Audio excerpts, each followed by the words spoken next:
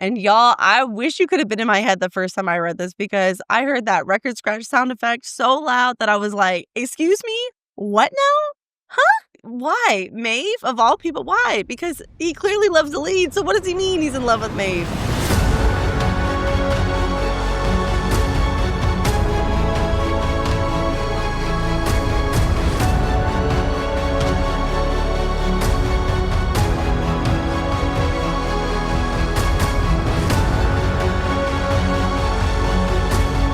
Hi everyone!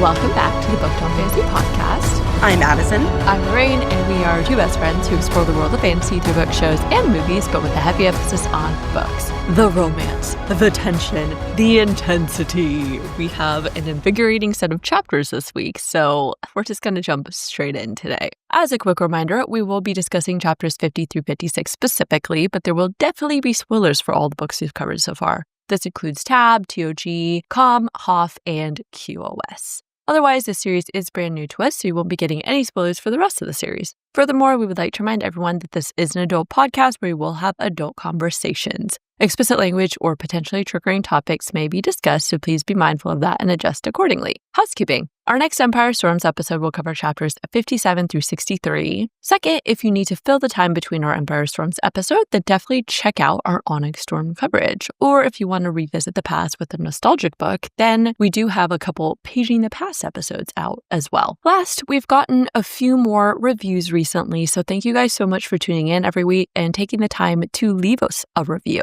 It seems like such a small thing, but it truly makes a huge impact, and we just love hearing from you guys, so thank you. That is all for housekeeping, so let's get into the episode. We'll start with the book report for chapter summaries, and then we'll dive into an analysis and offer theories for each chapter, and finally, we will share our favorite moments. With that being said, Addison, please give us the book report. Happily. Chapter 50. Vermin Vernon and the ilken dragged Elide out of the inn and towards an iron box that looked like a coffin. But Elide had promised Lorcan she would end her own life before ever returning to Morath, and she meant it. Elide quickly calculated a plan, and when the ilken tried to shove her in that box, she pivoted, grabbed the knife off Vernon's belt, and drove the blade home. Lorcan had laid a trap for Vernon, but when he saw Elide turn that blade on herself for the first time in his miserable, immortal life, he knew true fear. Without hesitation, he threw his hatchet so the wooden handle would slam into Elide's wrist and force her to drop the knife. It worked, but Lorcan didn't have time to think before he sprang into action, utilizing the weapons he'd spread out to take on the ilken. He quickly killed and maimed them and went to Elide's side, but they were both too late as the last ilken standing grabbed Vermin Vernon and flew away. With a merciless blow, Elide beheaded the last ilken and promised that the next time she saw Erewhon, she would carve Manon's name on his heart. Lorcan and Elide made their way back to the boat, and Elide told Lorcan about Manon and Kaltain and everything that happened that final day in Morath. Lorcan tells Elide what he knows about the word keys and the word gates, and promises Elide that he will always find her. Elide promises she will always find him too, and they continued making their way to Eyllwe to find Aelin. Chapter 51. Eyllwe's coast was burning. For 3 days, they sailed past village after village, some still burning, some only cinders. Aelin and Rowan worked to put out the fires and investigate who was responsible, but each time the answer was always the same. A darkness swept in, and then the villages were burning. Erewhon and May's forces were nowhere to be seen. By the end of the third day, they had arrived at the Stone Marshes.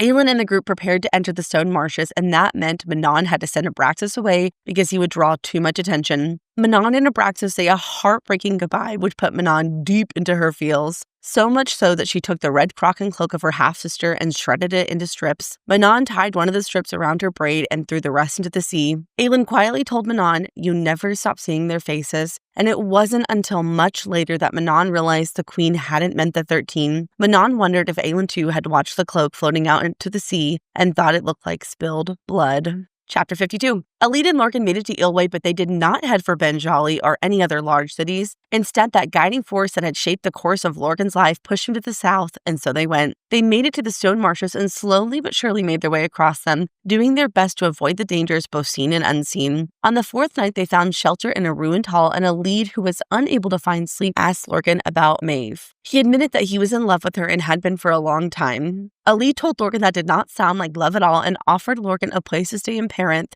should he ever want or need it. Caught up in the heat of the marshes or the moment, Elide bravely kissed Lorcan, and to Addison's absolute delight, Lorcan kissed her back. Yay! The kiss deepened and things were getting steamy until... Lorcan sensed the army of the Ilken headed their way. Without hesitation, they began to run. Elide knew those Ilken weren't coming for her. Chapter 53. Aelin and their group made their way through the labyrinth of the Stone Marshes. Rowan returned from scouting ahead and told them they would reach the center of the marshes the next day, and so they set up camp for the night. As they ate a lovely meal of chewy and slimy swamp creatures, Rowan decided it was time for a little magic test. He lowered the protective shield around the camp by Manon, and a vicious swamp monster attacked, only to be instinctively stopped by Dorian's invisible shadow daddy hands. Aelin took out the Eye of Elena, and Manon immediately took notice. She informed the group that it was the eye of a goddess, not Elena. She then proceeded to give them a history lesson on the witches and the fateful curse that Rhiannon and Crochan had uttered with her dying breath. One thing was clear, Elena had once again omitted some important details. Later, Gabriel and Fenris pulled Rowan aside and urged him to take Aelin as far away from here as possible.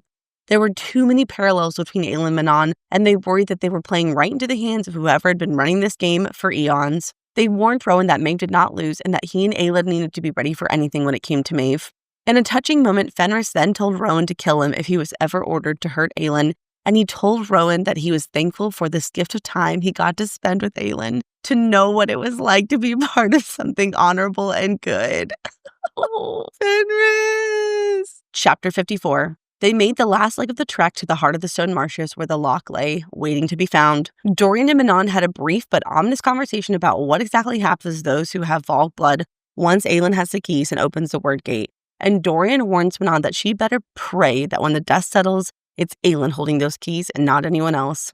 By midday, they reached the lock, and everyone took their positions to scan the area, while Rowan, Aelin, and Manon headed to the lock. They discovered a chest covered in word marks, but before they could even try to open it, they were interrupted by a pulse of Lorcan's power, warning them danger was coming. Rowan quickly scanned the horizon and reported that an aerial legion of 500 Ilken were on their way. Chapter 55. Lorcan and Elide sprinted through the marshes, all while Lorcan sent bursts of power to warn Aelin and her group. He didn't want to see the look on Elide's face if the Ilken got there first, and so they ran. But there was nowhere to go. If Erewhon's forces could find them here, then they could find them anywhere. Rowan and Aelin immediately began surveying the area and giving orders. Using the land to their advantage was their only hope. Everyone moved into their positions and Aelin prepared. There would be no second or third shots, only the first, only her shot. And so Aelin dove into the abyss of her power. She was the queen of flame and shadow, the heir of fire, Aelin of the wildfire, Fireheart. She burned through each title even as she became them, became what those foreign ambassadors had hissed when they reported on a child queen's growing unstable power in Terrasen, a promise that had been whispered into the blackness. Aelin soared into the uncharted core of her power, an inferno that went on and on and on. Ooh. I know. I love that quote. I know, me too. That's why I had to put it in the summary. I couldn't help it. Okay. Chapter 56. Lorcan and Elide made it to Aelin before the Ilken did, but Lorcan realized with only seconds to spare that they were on the wrong side of Aelin's flame. So Lorcan did the only thing he could. He pushed Elide to the ground and covered her body with his and threw up a shield over them, pouring every ounce of magic he possessed into it. Aelin unleashed the full force of her magic upon the Ilken, and all Aelin could do was stand and watch in wonder and terror. Aelin was no savior to rally behind, but a cataclysm to be weathered. Aelin burned, and ashes rained down upon them, and then Rowan Whitethorn began walking into the firestorm towards Aelin. Lorcan and Elide began to make their way through the near boiling water towards Aelin. Lorcan could not comprehend the full weight of Aelin's power and couldn't help but wonder if maybe he and the cadre were the unlucky ones for binding themselves to Maeve and not holding out for something better, for Aelin Galathinius. Elide asked Lorcan what they should do now with the Ilken dead and Aelin's cache of magic empty. Lorcan looked at Elide and said, "We go say hello." Slowly, Lorcan closed in on Aelin, too focused on the fire-breathing bitch queen to notice that Fenris and Gabriel had vanished from their position in the reeds. And that concludes the book report. Oh I know. Lorcan, no! I know. He was doing so good. And then... I know. He always has to fuck it up. I know. I'm like, why can't you just be good? Stay on the right track. Be good, Lorcan. Yeah. I agree. Well, thank you for those summaries. And without further ado, let's jump into the analysis portion, starting with some overarching thoughts. Because, by the way, guys, nobody told me that I've been mispronouncing overarching for the last year that this podcast has been in production. I've been saying overarching literally every single time. It didn't even occur to me that that was wrong until I recently heard someone say overarching on a podcast, and then I started questioning myself, and then I Googled it, and sure enough, Google's like little pronunciation thing said overarching, and I was like, well, damn. Shit. Yeah, shit. Okay, but to be fair, I feel like this is kind of a tomato or tomato situation. I think it's probably a pretty natural mistake because words that are spelled with ARCH are pronounced without the CH sound, like archetype, architect, Right. etc. Exactly. You know? And also, you know what? This is our podcast and we make the rules, okay? And if we want to say overarching, that's what we're going to fucking do. But we'll try to remember to say it right. Yeah, I'll try. I don't know how people learn to speak English because honestly, I feel like there's so many weird things with the English language that even as a native speaker, I'm just like, what? Huh? Who came up with this? Yeah. Anyway. No, I feel like I've read that it is the hardest language in the world to learn as a second language or the second hardest. I don't know exactly, but I know that there's a lot of weird things, like both about spelling related things and also grammar. And then all the slang and like whatever. I read a meme that was like, can you imagine if you're trying to learn English? See, I can't even say if you're trying to learn English and you see the word yacht, you just got to give up. Or like baloney, in Yeah, fairness. what? I don't think baloney is a native English word. I feel like that came up from somewhere else, right? I think Italy. You see? That's the problem because we just took up pieces of everyone else's language. And we're like, this is our word now. And we're going to make it ours. Yeah. Exactly. Well, anyways, of course, we'll start with our overarching thoughts. So, Addison, take it away. All right. I'll begin with my overarching thoughts. Bitch. I had to do it. Everyone can read the word bitch. I bet that. First, I bet you guys can guess what my favorite part of this set of chapters was. That's right, Lorcan and Elide finally kissed. I was so excited. I was literally giggling like a schoolgirl. Same. It was so cute. Obviously, I love the romance building between them, but I was also really excited that they finally caught up with Aelin. I have been so excited about them meeting up, but I've also been really nervous about how it's all going to play out because obviously Lorcan is very mad at Aelin. Aelin kind of hates Lorcan. Gabriel and Fenris are supposed to kill Lorcan. So I've got a lot of questions and wonderings about what the hell is going to happen because I don't know how that's all going to play out. Same. But for sure, there's going to be some blood spilled, I imagine. Also, I am cranky as hell that we didn't get to open the damn chest and see what all the fuss was about with this stupid lock that we've been talking about for like 20 chapters. Like we finally get there and the damn ilken showed up and I was like, God damn it. They ruin everything. I know. Erewhon ruins everything. He interrupts at the worst possible times. They busted up Elide and Lorcan's moment. They busted up the reveal about what's inside this freaking chest. You're so right. You know what? Fuck Erewhon. But we better get to open it in the next set of chapters. That's all I have to say. Yes. Okay. I want to be really mad. I'm a little worried that that thing is rigged, though. Like it's booby trapped. Like like all of the Stone Marshes are going to go up in flames. Or I don't know. Like she's going to get sucked in. And so it's like... Like she's going to get sucked into the chest.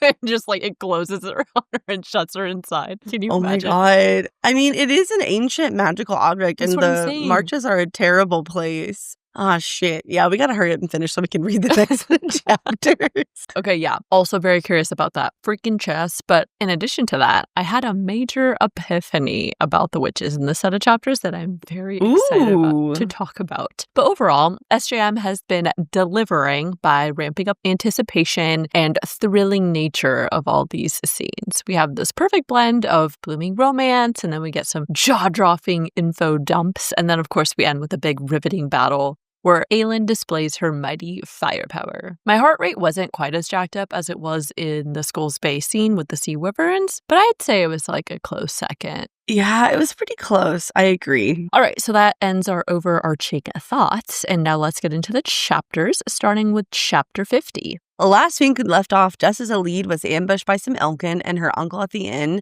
so we're going to jump right back into where we left off. Vernon tells Elide that her companion was last spotted loading supplies on his boat and preparing to depart without her. Elide bluffs and says that Vernon has no right to take her from him because Lorcan is her husband, and once she's married, then Vernon's wardenship over her life ends. I thought this was very clever of Elide to play this card, But honestly, I feel like even if she and Lorcan had actually legitimately married, Vernon just would have ignored that and still would have tried to take her anyways. But that was interesting from a political perspective. Vernon really only has custody, quote unquote, of her until she's married. And I'm like, girl, you need to make it real. Put it on paper. I know, I wish it didn't have to be that way, but if that's her little escape route, then yeah, do it now.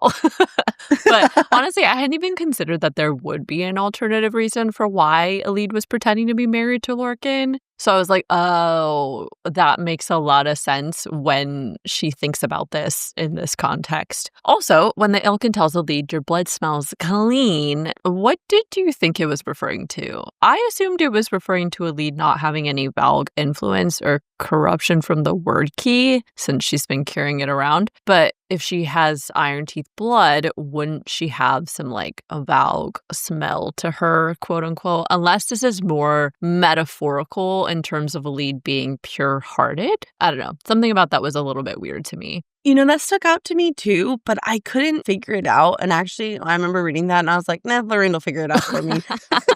She did not. I'm just flying off the cuff here, but maybe because she said that Lorcan's her husband and he's like, your blood smells clean, he can sense that they haven't sealed the deal. Consummated? Yeah. Or she's not pregnant or anything. I don't know. Yeah, I don't really know either. Anyways. Okay, well, we'll ponder that and come back to it if it comes up again.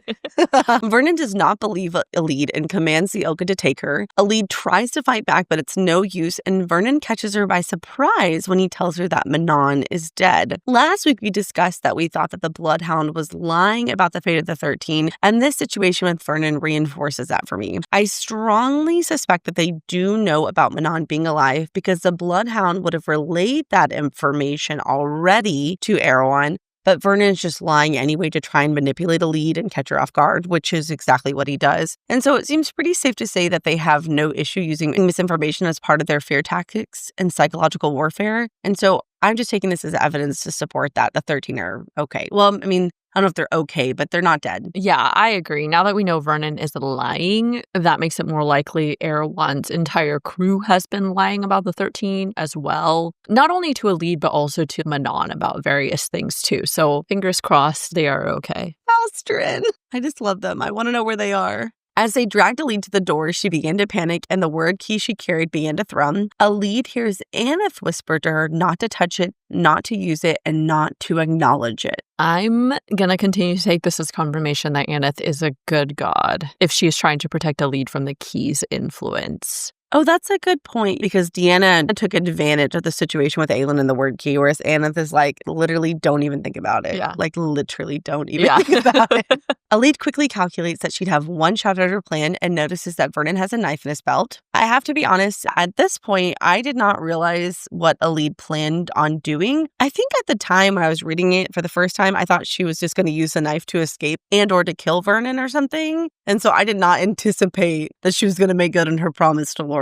Oh my God, I know. I 100% thought that she was going to try and stab Vernon. And then I got really excited because I was like, yes, get him. Like, get your revenge. And then it didn't pan out like that. And I was like, oh, dang it. Oh no, you poor thing. And then she turned the knife on herself and you were like, no. Oh, I know. I was like, come on, Elide, where's your inner Blackbeak, okay? Manon wouldn't have flinched. She would have just like, that's right, gutted him, but not Elide.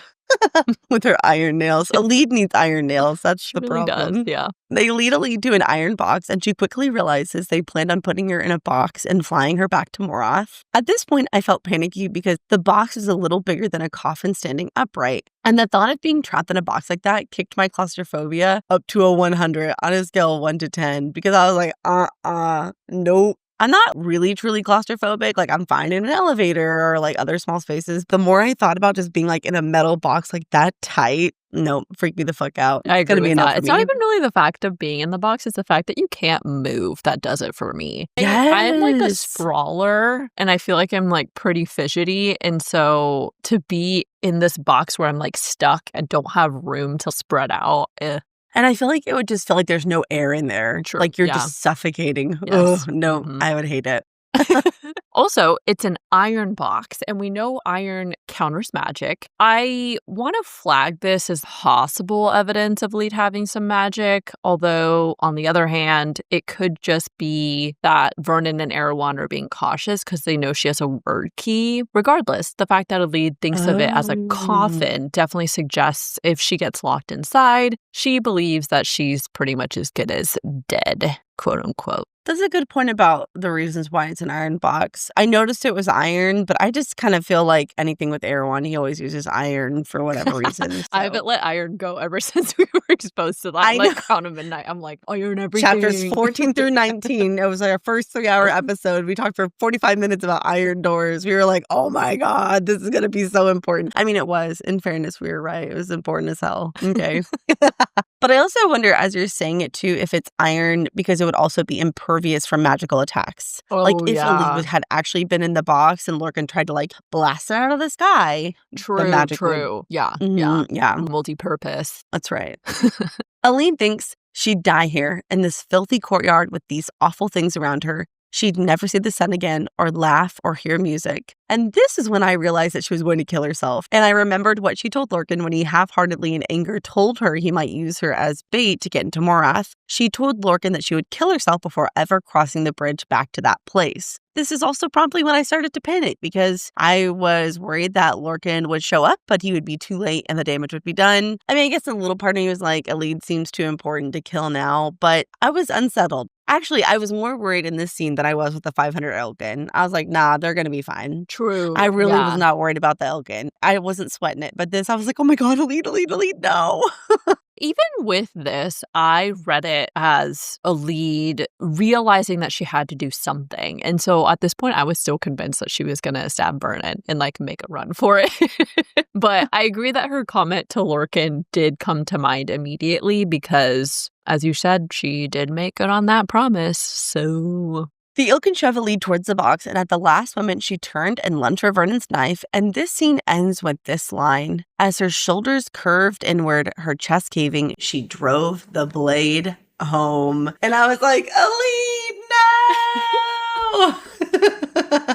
Oh my God, shiver me shooketh. After surviving everything she's encountered, and she still decided to try and kill herself rather than try and attack Vernon. I know. I don't know why, but I just like really wanted her to adopt a Blackbeak mentality and fight back. But it's really sad that she thought her only option was to end her own life. She didn't even believe she had a fighting chance to get out of there. So she's like, you know what? It's time. And I was like, what? No.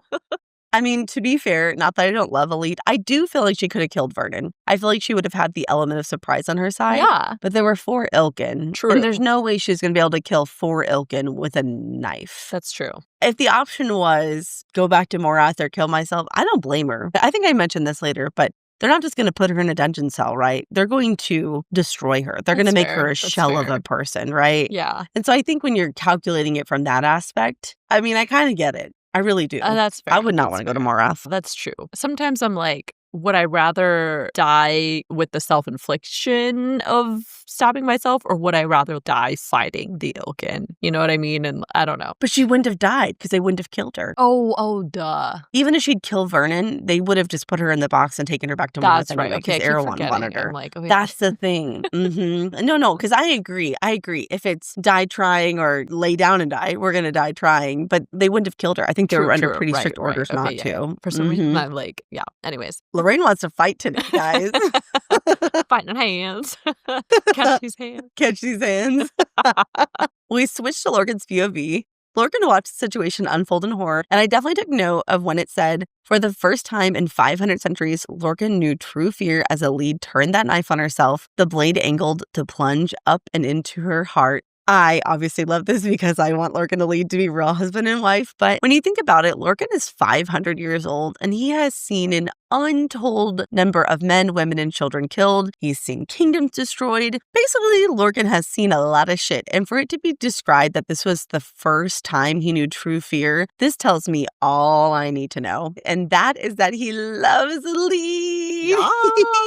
He's just too stupid to know it.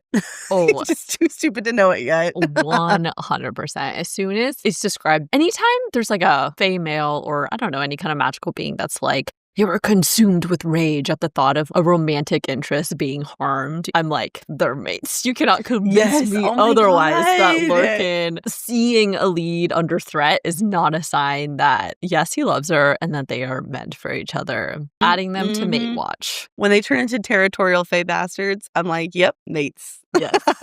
Lorcan throws his hatchet, but not at Vernon as he had originally planned. Instead, the wooden handle of the hatchet slammed into Elide's wrist. This successfully knocks the blade from Elide's hand, and chaos ensues as Lorcan launches his attack. Using weapons he had strategically placed on the rooftop, he killed one ilken and maimed the other.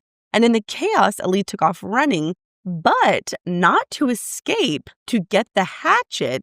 And then little Elide Lorcan took down an ilken, which can I just say was fucking epic. That was so unexpected and so great. I will say, despite my earlier complaints about Elide not fighting back, I was glad to see this all spark fight in her because ain't no way we were going to watch Elide go down without a fight. Hell yeah. Hell yeah. Unfortunately, one of the remaining ilken grabs Vermin Vernon and they fly away before Elide and Lorcan can get to them. The last ilken with damaged wings tries to crawl away, but Elide is done being helpless and she picks up the hatchet and she says, I want Erewhon to know that the next time he sends you after me like a pack of dogs, I'll return the favor. I want Erewhon to know that the next time I see him, I will carve Manon's name on his God's damned heart. Ooh. And this was such an epic moment for Elide's character. Obviously, it's just really badass the way it plays out. Elide is covered in blood, and she's standing over this horrible, hideous creature with absolutely no fear. But I feel like this is the moment that Elide realizes she has more than just her cunning mind to protect her, that she is strong and capable, and I just fucking love that for her. Oh, yes. First of all, agreed. That line from her gave me shivers because this version of Elide is a force to be reckoned with. And second, I'm kind of surprised that the ilken bothers getting Vernon because I guess at this point I'm still trying to figure out why Vernon matters or is important to Erewhon. He doesn't need Vernon to control Paranth, so why keep him alive or make sure he's rescued? I'm confused at why Vernon matters to him. That's a really good question. I hadn't thought about that because he doesn't have Elide anymore. Because originally, I think he had Elide, and that was very valuable to Erewhon because of her bloodline. Yeah. But now, I guess Erewhon just likes to have a henchman. I don't know. Should have just let him die. Let him die. Lorcan scoops Elide into his arms and takes her back to the boat. They quickly depart, and after some time not knowing how to soothe or comfort her in the way that she needed, he sat beside her and asked who Manon was. I thought it was really sweet when Elide tells him, he told me you'd left, and Lorcan responds, you believed him. Because I just love that he continued to keep his promise to her. It was only Elide's own insecurities over being abandoned that caused her to believe Vernon. And I hate that Vernon was able to play on that fear of hers. Oh, yeah, I didn't even think about that, but you're right, because everyone has left her. Yeah. Elide tells Lorcan about Manon and Keltane and explains why Keltane had given the sliver of stone to repay Selena Sardothian for her kindness. Elide then takes the word key out, and I thought it was interesting when Lorcan thinks the god who had watched over him his whole life had recoiled. Even death feared it. And we talked about this in a previous episode, but even Hellas himself, the dark god, fears the word key, and I feel like that really says volumes about the word key and their power. Another one, aka another god who seems like a good god and wants to keep away from the word keys, you know. I've been thinking about it a little bit more about the dynamic between the gods and Erewhon, and I find it interesting that Erewhon has absolutely no fear of the word keys, but pretty much all of the gods seem to fear them and their power. And I feel like there's something else at play there that I just can't quite put my finger on. But for now, it at least tells me that Erewhon is fucking terrifying. Because we were talking about Hellas, the god of death, and even he sees the word keys and is like, nah, bro, I'm good. Right. Nope. And so I just find that very interesting. Meanwhile, Erewhon's like, gotta catch them all. Yeah. You know, he wants them. Give them to me. Yeah. So, in terms of like how their power is matched, I find that really interesting. Yeah, it kind of seems like the Valg are a type of being that is able to contend with the gods, and that's why they fear the keys and, you know, are actively fighting against Erewhon. I can't remember if I've said this before, but I've started to wonder if this word gate and this set of keys is specific to the homeworld of the Valg, rather than just like a generic word gate. And that's why even the word stone and the keys feel so dark and ominous. So I guess that's one of my outstanding questions is if all the word gates and keys would feel the same, or if this particular dark energy is unique to this group of keys. That's a good question. I remember us talking about this back in Calm. Was there one word gate or is there multiple? Yeah. Can it be opened anywhere? I think that's an interesting idea. I think right now I'm still settled on 3 keys. You can open the gate at will and you can open the gate to any realm. You get to decide. But I'm definitely open to the possibility that maybe it really is a one-way portal from Valg to Aurelia. Lorcan tells Elide to put it away and says he will tell her what he knows while he tends to her nose and wrist. Lorcan then says the words that you know just tickled my heart and made me swoon. He says, I made a promise to protect you. I will not break it, Elide. I will always find you. I promise. And you better believe a promise is a promise, and I'm going to hold Lorcan to that for the rest of his days. Yes. Well, the good news is Rowan did tell us back in Queen of Shadows that the one thing Lorcan cared about was keeping his word, and it's always been the one currency he valued. Thanks, Hellas. He's kept to this promise. I did also want to point out that once the truth is revealed about the word keys, Elide thinks 2 keys against 1. Perhaps they would win this war, even if Elide didn't know how Aelin could use them and not destroy herself. Y'all already know what I think about this ominous language, so I'm gonna leave it at that. Thank you. Okay, I can't listen to another episode of that the entire episode. I was very cognizant of it this time, guys, so I kept it in check. Elide contemplates everything Lorcan told her and resolves that she would not believe Manon was dead until she had proof. She stands by Lorcan's side and kisses him on the cheek and tells him, I will always find you too, Lorcan. Of course, this made me so happy, but I have to do it. This makes me feel like something bad is going to happen to one of them, and the other is going to have to go and rescue them. I don't know who. I could easily see it being either one. You know, Lorcan gets stuck in Morath or with Maeve, and Elide has to go, or vice versa. But I ain't feeling good. I know. When they said I will always find you, it's giving Rowan and Aelin. You know, it's similar circumstances. So, like, similar language, potentially similar outcome with Lorcan and Elide as well. But SJM loves to make a romantic couple work for it. Ain't nothing can ever just be easy. Oh, my God. Well, and especially when you think about it, like in real life, how often are you telling your partner or significant other, I'll always find you? If my husband told me that, I'd be like, what the fuck? Am I going to get lost? I can find you on your location. Like, yeah, on my right? iPhone. Oh, I see you're at the grocery store. Okay, cool. Or you can say it a different way, like, I will always find you. That's true. And then it's creepy. Yeah. There's a fine line between romantic and scary. So. Yep. When Elide woke the next day, she found clean strips of linen for her cycle next to her bed. Lorcan had washed and dried his own shirt and cut it into strips for her. And honestly, why was this so romantic? Why was this the most romantic thing? And does this mean Lorcan is now just walking around shirtless? Because I ain't mad about it. I ain't mad about it at all. I don't think Elide is either. I'm assuming he doesn't have a change of clothes, but maybe they'll get some extra coppers from another farmer's wife, and then he can get a new shirt. But yeah, jokes aside, this was so sweet. I do love that Lorcan is grumpy and kind of an ass to everyone else, except for Elide. I love that dynamic. Yep.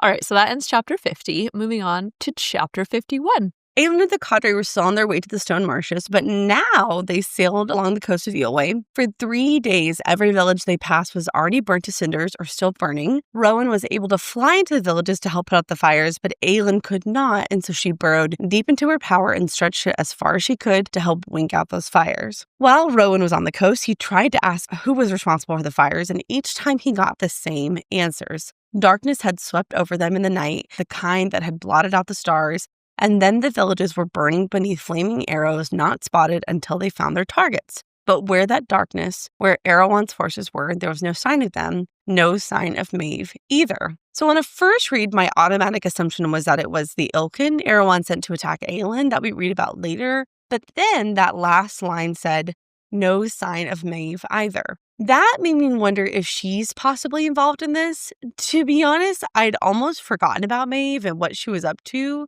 But we really don't know what she's doing or really what she wants. We don't really know what her motivations are. But the description of darkness is often used when discussing Maeve. They do often call her the Dark Queen. And so it made me wonder if it's actually her. But then I don't really know what her purpose would be in doing that. It makes much more sense that the Ilken would be doing that because remember Aelin's whole realization that Erewhon was going to attack Eyllwe because he knows Eyllwe is important to Aelin because of her connection to Nehemia and everything. Right. I think it's also probably most likely the Ilken because when Lorcan senses them later, he describes them as a wave of darkness. It did make me wonder about Maeve and what she's up to. Yeah, that's a good point. Mostly just because what the hell is she doing? But I agree. On a first read, I just assumed this was referencing the Ilken or the Dark Force from Erewhon. But it is suspicious that we haven't seen Maeve yet, despite knowing her forces were headed their way, but we haven't gotten an update about that. Obviously, we still don't trust Maeve at all, so I'm nervously awaiting whatever she ultimately has planned. Retweet. Some of the villagers claimed that ghosts had attacked them, but another, much worse rumor was whispered that Aelin Galathinius herself was burning Eyllwe village by village for vengeance that they had not aided her kingdom 10 years ago. This is definitely not good. The fact that people are even willing to entertain this idea does not bode well for Aelin in securing allies, right? Because even just having that out there in the world does not set her up for success in doing what she needs most, which is getting more people on her side. Yeah, this is 100% the PR crisis they've been trying to avoid. And Rolf kind of warned about this in the last set of chapters. I do feel like this will continue to be a problem for her because Aelin could easily be feared rather than revered and lose public support if they think that she's being callous or destructive. It's clear whether this was Erewhon or Maeve that they're trying to make everyone fear Aelin with this ploy. Boo. Well, fuck. Aelin sure has a lot of PR crises. She has no PR team. She needs us. Yeah. She needs us out there advocating for her. Rowan then thinks about how when he was finally able to catch Aelin's scent, he knew she was not with child. Honestly, no surprise there. We discussed this last episode. It seemed unlikely. But, of course, Aelin and Rowan still had to discuss the matter, and they only discussed it once. Aelin tells Rowan that she was not taking a contraception tonic, and even though the timing was horrible, it was possible she'd inherited enough Fae blood to also have inherited their difficulties conceiving, and if this was her one shot to provide Terrasen with an heir and continue the bloodline, she was not going to waste it. So essentially she's telling Rowan, I'm not trying to get pregnant, but I'm not going to not try either. So if it happens, It happens. I do see Aelin's point here. If she is going to have trouble conceiving in the way that the Fae do, and she potentially has a mortal lifespan, she has a very short window to actually conceive a child, and securing the bloodline would go a long way in appeasing the Lords of Terrasen, not to mention the possibility of passing on her power, which if things go badly with Erewhon now, in 20 more years, maybe the child will survive. I mean, I don't know. There's a lot of reasons to at least not shut the door on the possibility, however unlikely. But again, I don't think she's going to get pregnant. Yeah, I agree with this. I always forget that the bloodlines and heirs are super important in these books, but the reasoning makes sense and I get why she's doing all this. But given that they have basically no time and also kind of what we think about Aelin's potential future in the end here, I'm like, does it even really matter? Unless she can have the child before everything plays out and go stash it somewhere safe. I hate to be morbid and I don't want to say it, but the child probably wouldn't survive anyway. So that's a messy plot line very quickly. In my world, they defeat Erewhon and then Rowan and Aelin live happily ever after. And then they have a bunch of kids. That's my dream. Yeah, we'll just get it in like a little epilogue bonus chapter or something at the end. Exactly. If she And survives. their kids play with Lorcan and Elide's kids, and Aidie Aw. and Lysandra's kids, and everybody's kids just playing together. Yeah. Aelin thinks about how she hadn't worked at the courage to tell Rowan why she was speaking her guts up after Fenris said all that stuff about Nameless is my prize. But of freaking course, Aelin again shoved those thoughts away. And of course, she'd think about that later. And I don't want her to think about it later. I want her to tell me right now. I want her to explain why that made her so upset. Oh, well, you guys already know what I think about Nameless is my price, so we've speculated enough, and I'm just gonna wait for the answer to be revealed at this point. That's a lot of restraint. I'm proud of you. Thank you. At the end of the third day, Aelin and the group finally arrive at the Stone Marshes. We switch to Manon's POV, and she quickly learns that she will be accompanying them into the marshes because Aelin does not trust her enough to leave her alone with the ships. Fair. The only problem was that Abraxos had to go lay low somewhere until they were back because he'd be too easily noticed in the flat expanse of the marshes. This then prompts a very heartfelt and heartbreaking goodbye between Manon and Abraxos. And I know we say this every time, but how could you not love baby Abraxos? He's so cute. I love him. Manon tells Abraxos, "You saved my life many times. I never thanked you for it. You and me from now until the darkness claims us." And why was I tearing up? Why was I tearing up at this? Oh my gosh, yes. I was listening to this part and the tears were just blooming in my eyeballs. I always get sappy anyways when animals get involved, but I literally hate that Abraxos had to go because there's so many threats out there. Erewhon's out there, Maeve's out there, he's all by himself, and the other witches and their wyverns too. And I'm just the other witches, the bloodhounds, yes, the ilken. There's so many things out there that could totally just get to him. And he has no backup. He has no support with him. Why couldn't they just put him in the forest and hide him under some tarps of leaves or something? Why couldn't they just leave him on the ship? That's what I'm saying. He could just lay flat. Huh. I wasn't that worried about Abraxos until you pointed all that stuff out, and now I'm even more upset. We should You ruined my day.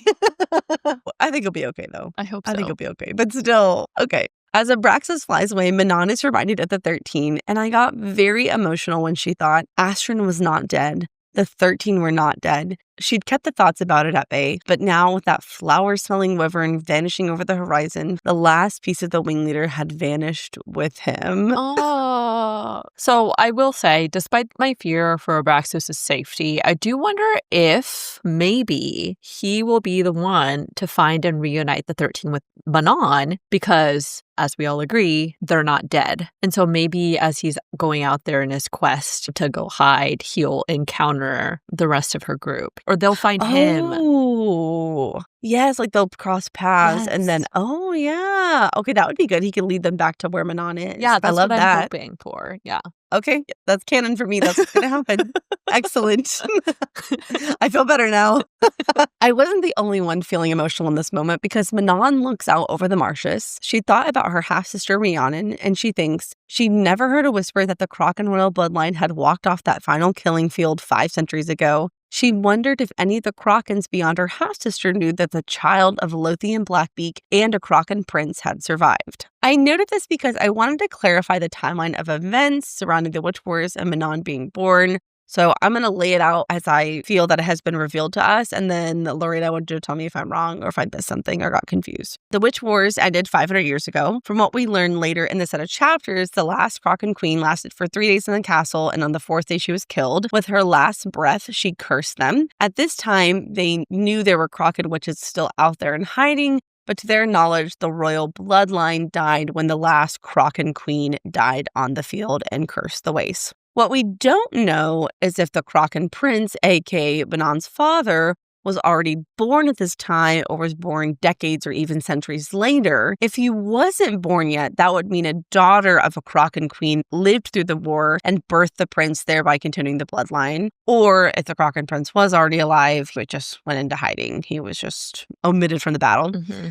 Manon is a little over 100 years old, so her mother and father got together around that time and conceived Manon. We know that Granny B killed Manon's mother shortly after Manon was born, likely after she confessed who the father was. And based on Manon's dream when she was a child, Granny B killed Manon's father. Okay, so that's kind of the timeline that I've built in my mind. Lorraine, is that how you have understood it so far?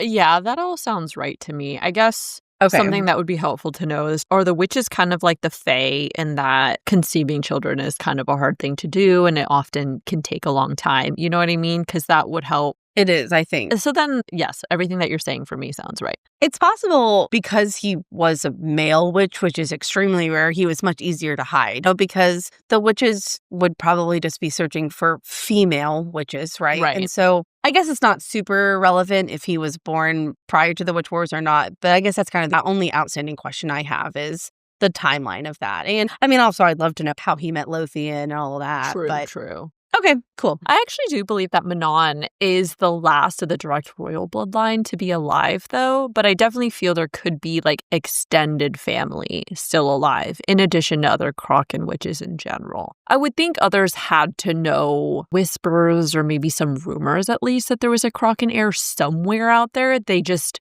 didn't know exactly who it was or that it was Manon necessarily, right? I feel like that specific detail in particular was something only her half-sister Rhiannon ended up figuring out, but now Rhiannon's dead. And so the true identity of Manon, I think, is probably still hidden. Yes, I would agree, from the Crochans at least. Manon slashes the cloak into strips and ties the strip around the end of her braid, and then she tosses the rest of the cloak into the sea. Manon knew that Dorian and Aelin saw her do it, and she thought she knew they'd seen it, perhaps not understood what the cloak had meant, but understood the gesture for what it was. I took this moment as a symbolic gesture of Manon disavowing at least part of her Blackbeak heritage and embracing at least partially her Crochan lineage. I agree. That's how I read it as well. And also just more generically that she is letting go of her past and acknowledging her new future, too.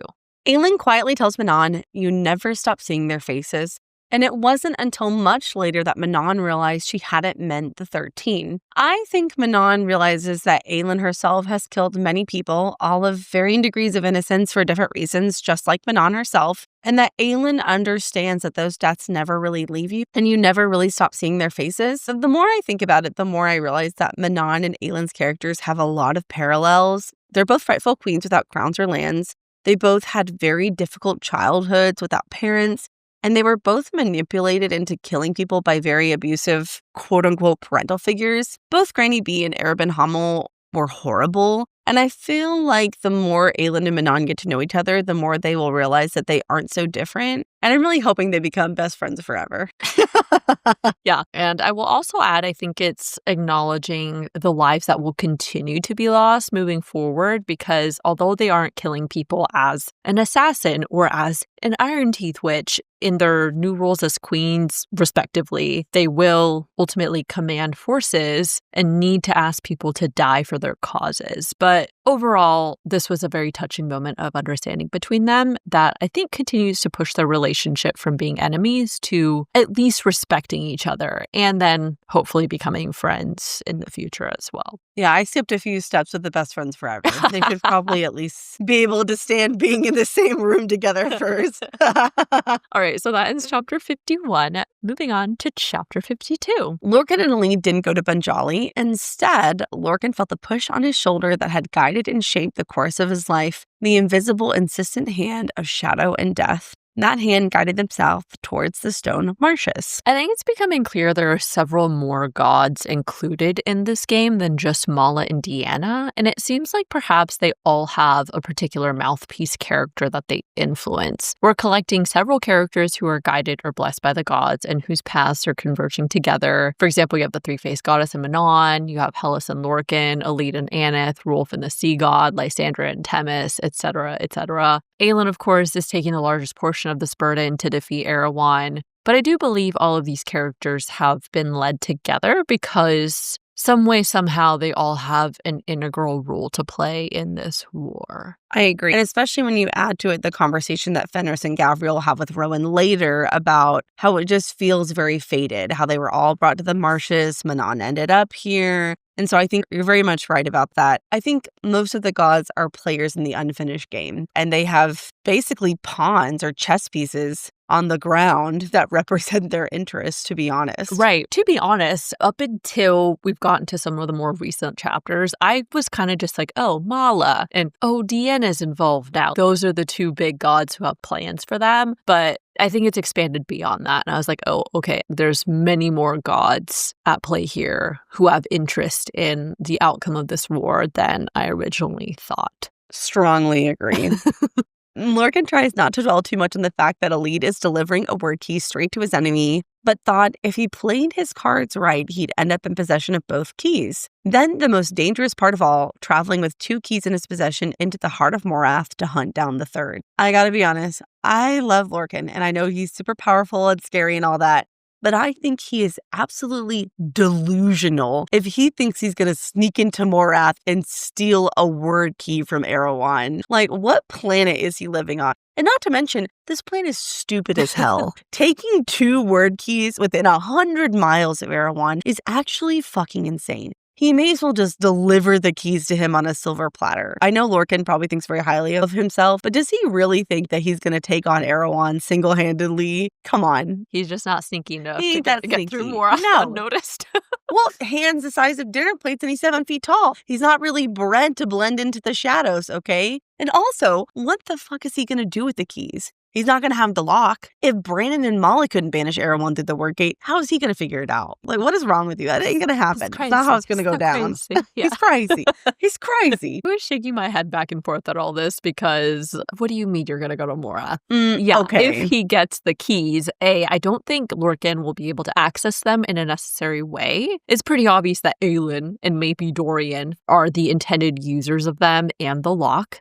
B, I honestly feel like Lorcan could be killed if he tried to harness the word key's power. Alternatively, given how strong Blood Oath commands are, as demonstrated by Fenris and Gavriel, I worry Maeve will somehow be able to sense Lorcan did get the word keys, or in the end, he won't be able to override the oath to actually destroy them. I think that's a fair assessment. And so all of his planning, idiotic. Not going to work. He needs to rethink. Elide and Lorcan crested a hill and examined the Stone Marshes before them, and it's described the land had sunk a good 30 feet, a severe, brutal crack from the edge of the cliff, not hill on which they stood, as if some furious god had stomped a foot across the plain and left an imprint. This stood out to me because back when we first learned about the Stone Marshes, we discussed about what the Great Cataclysm was. That's all we're really told. We're never told what caused it. And at the time, I speculated that either a god or maybe Erewhon's forces destroyed this place so no one could find the lock. But now it seems more likely a god had to do with the destruction of this place given this description. The question now is why? It definitely feels like it was destroyed intentionally. I do not believe it was some quote-unquote natural disaster. You know, at the mention of it being silvery, brackish water, I did wonder if it was actually Deanna who caused the destruction because her power is that silver moonfire. And so, I don't know, describing the water as like silver kind of stuck out to me. Alternatively, maybe it's just part of the very first war with Erewhon and like some kind of event occurred here. So, I don't know.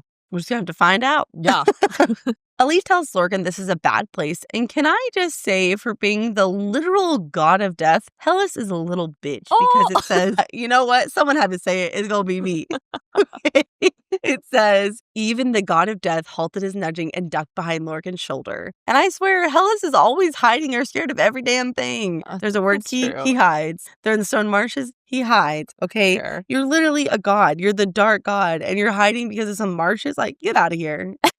Well, I guess Hellas seems to care for death in the day-to-day sense, but it seems like this type of death is particularly evil. So Hellas is like, I don't want any association with this shit. I'm gonna stay far away. I don't want to hear that my gods are scared. They should be scared of nothing. Except Valk. Dislike. That's why they're trying to get rid of them. Well, fair enough. If it was a Valk, we don't know, but like, it's giving off a similar vibe. True. Lorcan asks Elide what she senses, and she says, as if all the people who once lived here long ago are still trapped inside, still beneath. The beasts in these water, I do not think they tolerate trespassers, nor do the dead. This immediately made me feel like the closer Aelin gets to the lock, or once she actually opens the chest or touches it, it's going to cause some kind of reaction. It actually made me wonder if the people of the Stone Marshes were purposely trapped there to be the protectors of the lock, And I wonder if we're actually about to have a battle with an army of dead, kind of zombie-like people,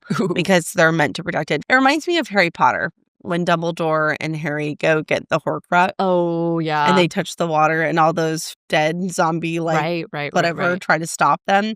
That's what I'm envisioning in my mind. That's actually a really interesting thought. I don't know if something bad would necessarily happen to Aelin, only because she's been told literally by the gods to get the lock and keys, but I guess you never know. I will say the vibe of the Stone Marshes is immediately reminding me of a certain bog in another SJ in the series. If you know, you know. Yep, I had the same thought. For the next 2 days, Elide and Lorcan inched their way across marshes. They were plagued by nightmares of the dead, whatever monstrous beasts lived in the marshes, and mosquitoes. I freaking hate mosquitoes, first off, but... We were just talking about the beginning of the episode. Yeah. Ugh. I also found it notable that it said every time he killed, she felt the earth shudder, not in fear of him, but as if it were awakening, listening, wondering who dared walk across it. Because it makes it seem like the area is responding positively to Lorcan. I don't know what exactly, but there is definitely something magical going on in this area, whether it's because of the lock, the wyrdmarked, or something else. Not sure, but something's going on. There's a vibe there. Yes, I agree. I think there's a lot of like weird reactions to magic and power being used in the marshes for whatever reason. Mm-hmm. On the fourth night, they found shelter in a ruined hall that was mostly still standing, but Elide was too scared to sleep, so she asked Lorcan about Maeve. Lorcan drops a bomb that I was not expecting at all, but it actually made a lot of things make so much more sense. Lorcan tells Elide, I have been in love with Maeve since I first laid eyes on her. And y'all, I wish you could have been in my head the first time I read this, because I heard that record scratch sound effect so loud that I was like, excuse me? What now?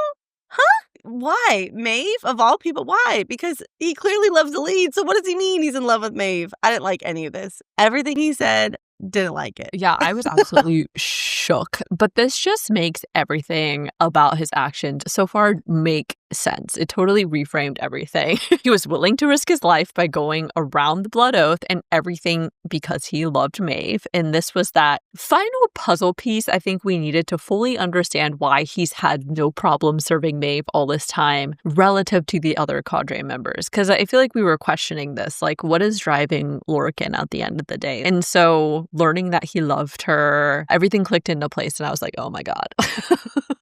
Oh, I totally agree. It really did reframe everything. I remember us talking about this in Queen of Shadows, because it was odd that he went against Maeve's orders, but it was like he was trying to protect her, and he has this weird fixation on her. Because I think we said this in last episode too, but I just assumed everyone hated Maeve. Right. And hated the Blood Oath, but that's really not the case. Really only Fenris and Rowan seem to actually hate it. Right. Gavriel is kind of like, They it's kind of my honor. tolerate it. And Connell, I mean, who knows how he feels now, but at the time he took it willingly. Right. And then Vaughn, I mean, We don't really who know knows much about him. I mean, yeah. I think he's an osprey and he's flying somewhere around the north looking for Lorcan. And that's literally all we know about him. So. Right. Elide tells Lorcan it sounds like Maeve is just stringing him along, knowing he will pine after her for eternity.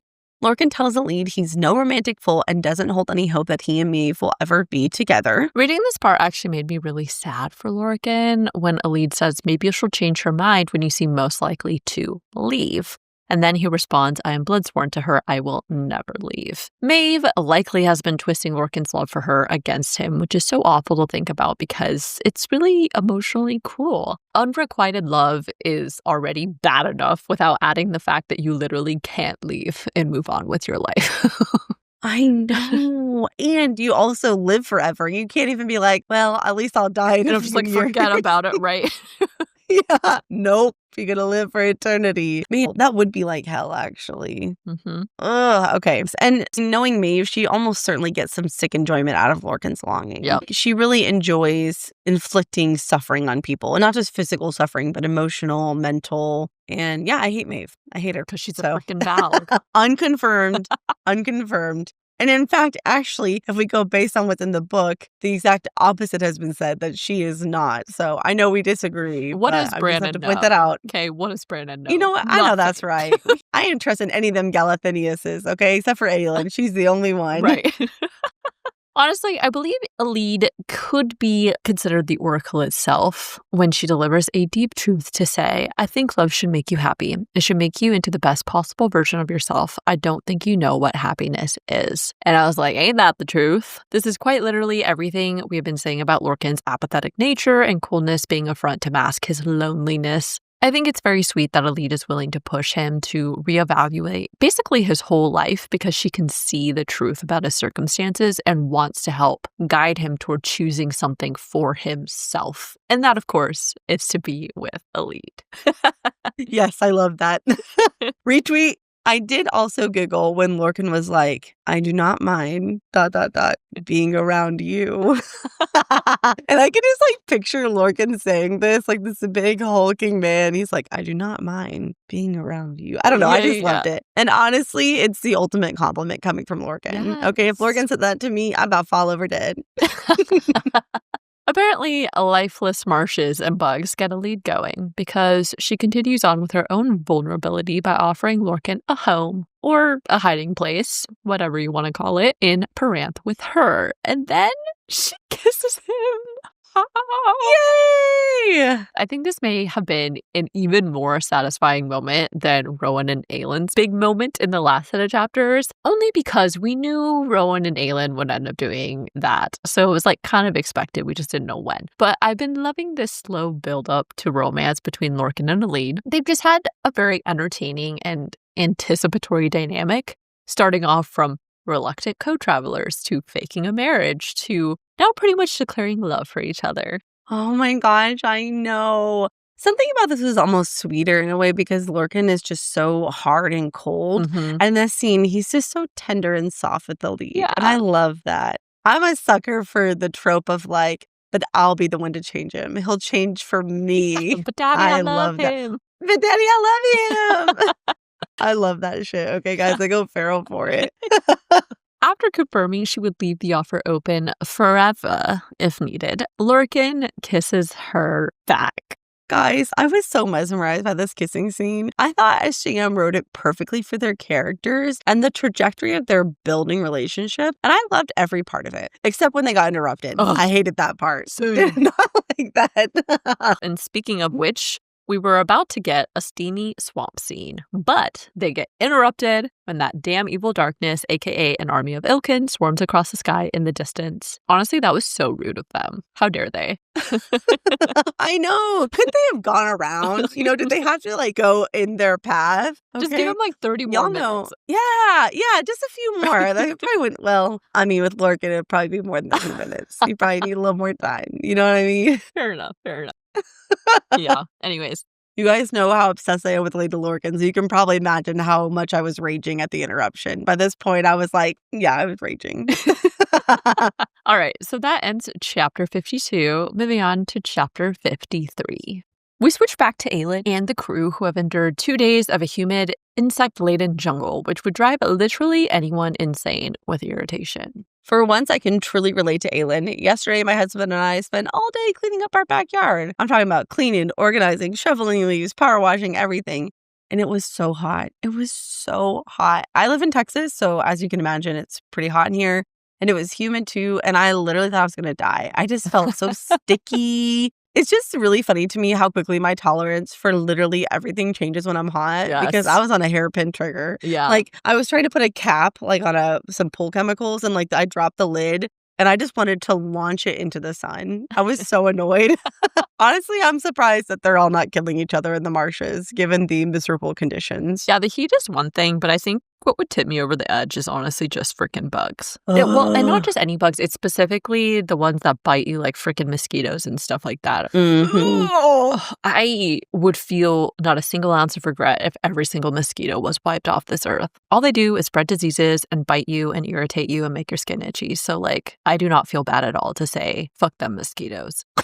Okay, so get rid of Erewhon or get rid of all the mosquitoes. You can only choose one. Why? What? The fact that you're even hesitating is awful. What is wrong with you? Okay, fine. We'll get rid of Erewhon. That's not what you wanted to say. I'll just buy all the stores out of bug spray. Dude, I'm not kidding you. I get attacked by mosquitoes like nobody's business. It's awful. It's because you're so sweet. I don't know what it is. They just like my blood or something, and they all come after me. Sugar in the blood. Is that what it really is? I don't think Oh. so. I feel like I have read that they are more drawn to certain blood types, though. Interesting. I feel like I've read that somewhere. Mm-hmm. I was just afraid that I was like weirdly stinky, and I just never realized it. They just like No. me. No. Oh my God, that's so funny. Anyways, okay, yeah, we're going off on like a really weird tangent here. So No, all I can hear is that TikTok audio that's like, stinky little baby. Yes. You need a shower. Oh my God. despite the dark nature of the marshes, Aelin notes that only Manon seemed immune to the marshes strain, finding the feral, rotting beauty of the marshes to be pleasing. This stuck out to me because I found it metaphorically interesting. The marshes seem to be this death-ridden, ancient-feeling place, and Manon herself is someone whose lineage as an Iron Teeth witch was born of blood, cruelty, and a lot of grief. Perhaps Manon feels at home here because this place too has destruction and grief embedded in it after the city's fall long ago. It's all just kind of remained trapped in there. It also seems mildly reminiscent of the Western Wastes. There are swamp creatures, but there's no people living there, and in a way, it is a cursed land. And so maybe Manon feels connected to it in that way because of that. Ooh, yeah. The group continues their travel, and I thought it was very sweet that Fenris escorts Aelin across the water because I think this definitely plays into Lorcan's thoughts later about the pull of her power. But in general, I do think Fenris is morally good and is eager to help Aelin because it makes him feel honorable in a way he likely has never felt serving Maeve. I also think Fenris just actually likes Aelin as a person. Yeah. I think in a way, they're very much kindred spirits. Also, given the conversation he has later with Rowan, which we'll talk about more when we get there, I think Fenris recognizes that Aelin is important because he recognizes what she represents, and that's hope for a better future. And now, having that thought, I'm going to throw it way back to Air of Fire. This thought reminded me of a conversation that Emrys has with Rowan, and he says, "She has no hope, Prince. She has no hope left in her heart. Help her, if not for her sake, then at least for what she represents, what she could offer all of us, you included." "And what is that?" he dared ask. Emrys met his gaze unflinchingly as he whispered, "A better world." Aww. First of all, still love this quote, but also I think Fenris has picked up on this idea about Aelin that she's much more than just Mala's heir or the Queen of Terrasen, but she is a beacon of metaphorical and literal light that represents hope for a better world, that things can be better. Oh. And so when I had all these thoughts, I was like, oh my God, Fenris. Oh, that's so sweet. I love that quote too, man. Oh, you're a fire. That was such I know. I want to reread all of the books. I know. I just want to relive all of them already. Aelin takes a moment to consider her extreme exhaustion and how, despite this, her magic continued to murmur incessantly, demanding more from her. We know Aelin's power has been steadily growing, but the way I've kind of read this, it feels like it's been happening at an exponential rate now. A part of me wonders if it's also growing almost in anticipation of what Aelin will need to do, or because they are also close to more items that she has been fated by the gods or like instructed by them to go receive. And so it's like intuitively ramping up in preparation, because I feel like magic has this thing to it where it just kind of knows and senses things. It's a living thing. Right. Yeah. So maybe it's trying to help Aelin out a little bit in that sense. Yeah, I do think that her power is continuing to grow, as she ages, which is what is canon with the world building. But I actually interpreted this a little bit differently. I thought this was her magic wanting more because later she reveals that she's been burrowing into it for days. And remember, whenever she burrows in her power, she has to use bursts of magic to help relieve some of the pressure. And so when it says it's like murmuring incessantly, it's because she's been accessing it for several days. And so the pressure's starting to build. Okay. Yeah, that makes sense too. At this point, Lysandra, who'd been experimenting with various swamp creature forms, pops out of the brambles to scare them. This prompts Fenris to ask about her slave band that remains even in her shifted forms. We know Lysandra received the Mark of Freedom back in Queen of Shadows after Aelin paid off the rest of her courtesan debts, but I guess the original enslavement mark remains regardless of that. So then I was thinking whoever put it on her must have used some really strong magic to make it remain no matter what, which was really sad to think about. See, this actually seems really odd to me. I never thought the brand was put on magically, especially because I'm pretty sure that Lysandra was marked after magic disappeared in Aurelia. I always thought that it was, honestly, like burned into their skin, essentially like they were being branded. Maybe, or like it was a tattoo, maybe. And I can't remember. I should go back and check that. But it seems really odd to me that, as Fenris says, she can quite literally change skin and bone, but she can't make her brand disappear. Right. That seems weird to me. See, that's why maybe it was magical, like some way, somehow. I don't know. See, I always think it's more likely that she keeps it there intentionally as a reminder of her past and everything she's been through, and like also of like what Aelin has done for her. I don't know. Something about that doesn't seem right to me. I know it's a very small detail to get hung up on because like who really cares, but the only other thought that I had was like maybe it was iron. Because like I was under the impression that it was a tattoo of sorts, but maybe if it was mixed with some iron, it would repel any magical influence to try and get rid of it or something like that. So that was kind of the only other thing that I could think of. Not sure, but it stuck out in a weird way. So agreed. While I don't think Fenris asked this with offensive intent, I appreciated that Lysandra shifts into a smaller version of Fenris, which was also funny, and calmly responds, I suppose it should always be my tell, before continuing to inquire about various Fae traits. Gavriel once again hits us with a funny side remark when, in response to Lysandra asking what the Fae's pointed canines were for, he says, Fenris is the last person to ask if you want an appropriate answer, that is.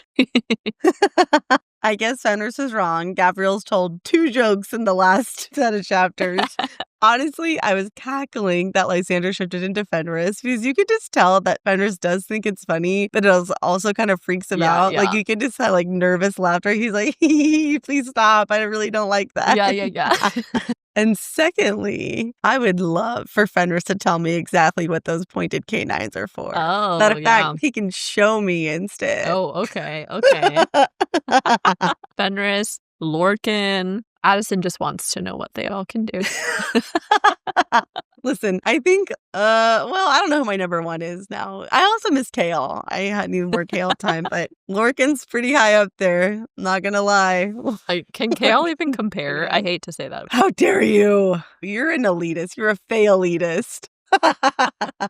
Okay, anyways, Rowan returns from his scouting to inform them they were about a day's travel out from the target location. I found it notable that Rowan remarks his magic can feel it and that the area reminded him of the Sin Eater's temple because we learn that the lock is a fated object for Aelin to use, and the Sin Eater was known as the god of truths. In the context we get from Queen of Shadows, his temple was this final place for people to confess their sins and burdens before death. I think this all continues to reinforce this idea that the lock is deeply connected to some sort of like spiritual truth or reckoning from the past, thanks to Elena and the gods, and the idea that someone will have to sacrifice or be sacrificed somehow to use it or right what has remained wrong from the past, I guess. Always with the sacrifices with you. I also can't shake the feeling that maybe something else is at play here. When Rowan compared it to the Sin Eater's temple, I started thinking about the Stone Marshes in general, and I wonder if maybe the people that lived there tried to mess with the lock or used it, and it angered a god or multiple gods, and so that's what incited the cataclysm that destroyed their city more as a punishment. And the reason that they're stuck there as part of their punishment is to protect the lock from people trying to take it or use it as they tried to do.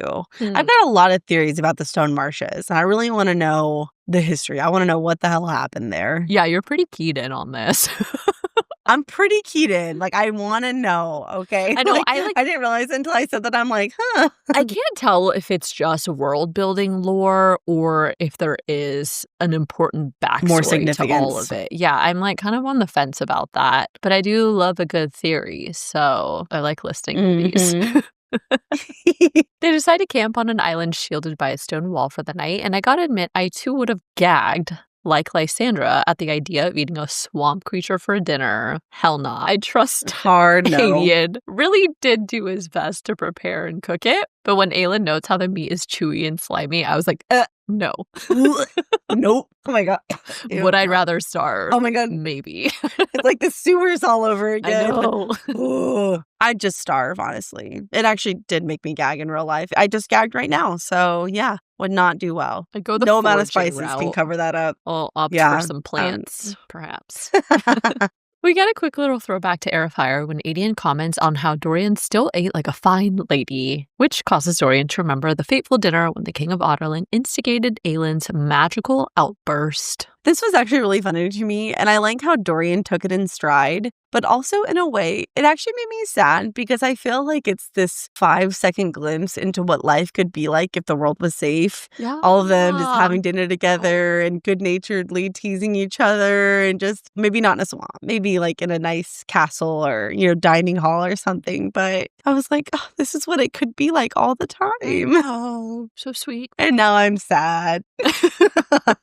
Aelin proceeds to take out a handkerchief used to wrap the eye of Elena because she does not eat like a fine lady. But at this point, a swamp creature lashes out of the water at Manon, only to be halted by Dorian's invisible hands. I found it interesting that Aelin thinks, but Dorian's magic held the beast still, frozen with no ice to be seen. Aelin surveyed him for any tether, any gleaming thread of power, and found none. He hadn't even lifted a hand to direct it. Interesting. We've linked its origin back to Mala, but the way it operates still seems to be different from that of Aelin, Rowan, or others' magics, since she can't trace a tether or thread of power for it. I think this will also make Dorian more invaluable in battles because his magic seems to be undetectable.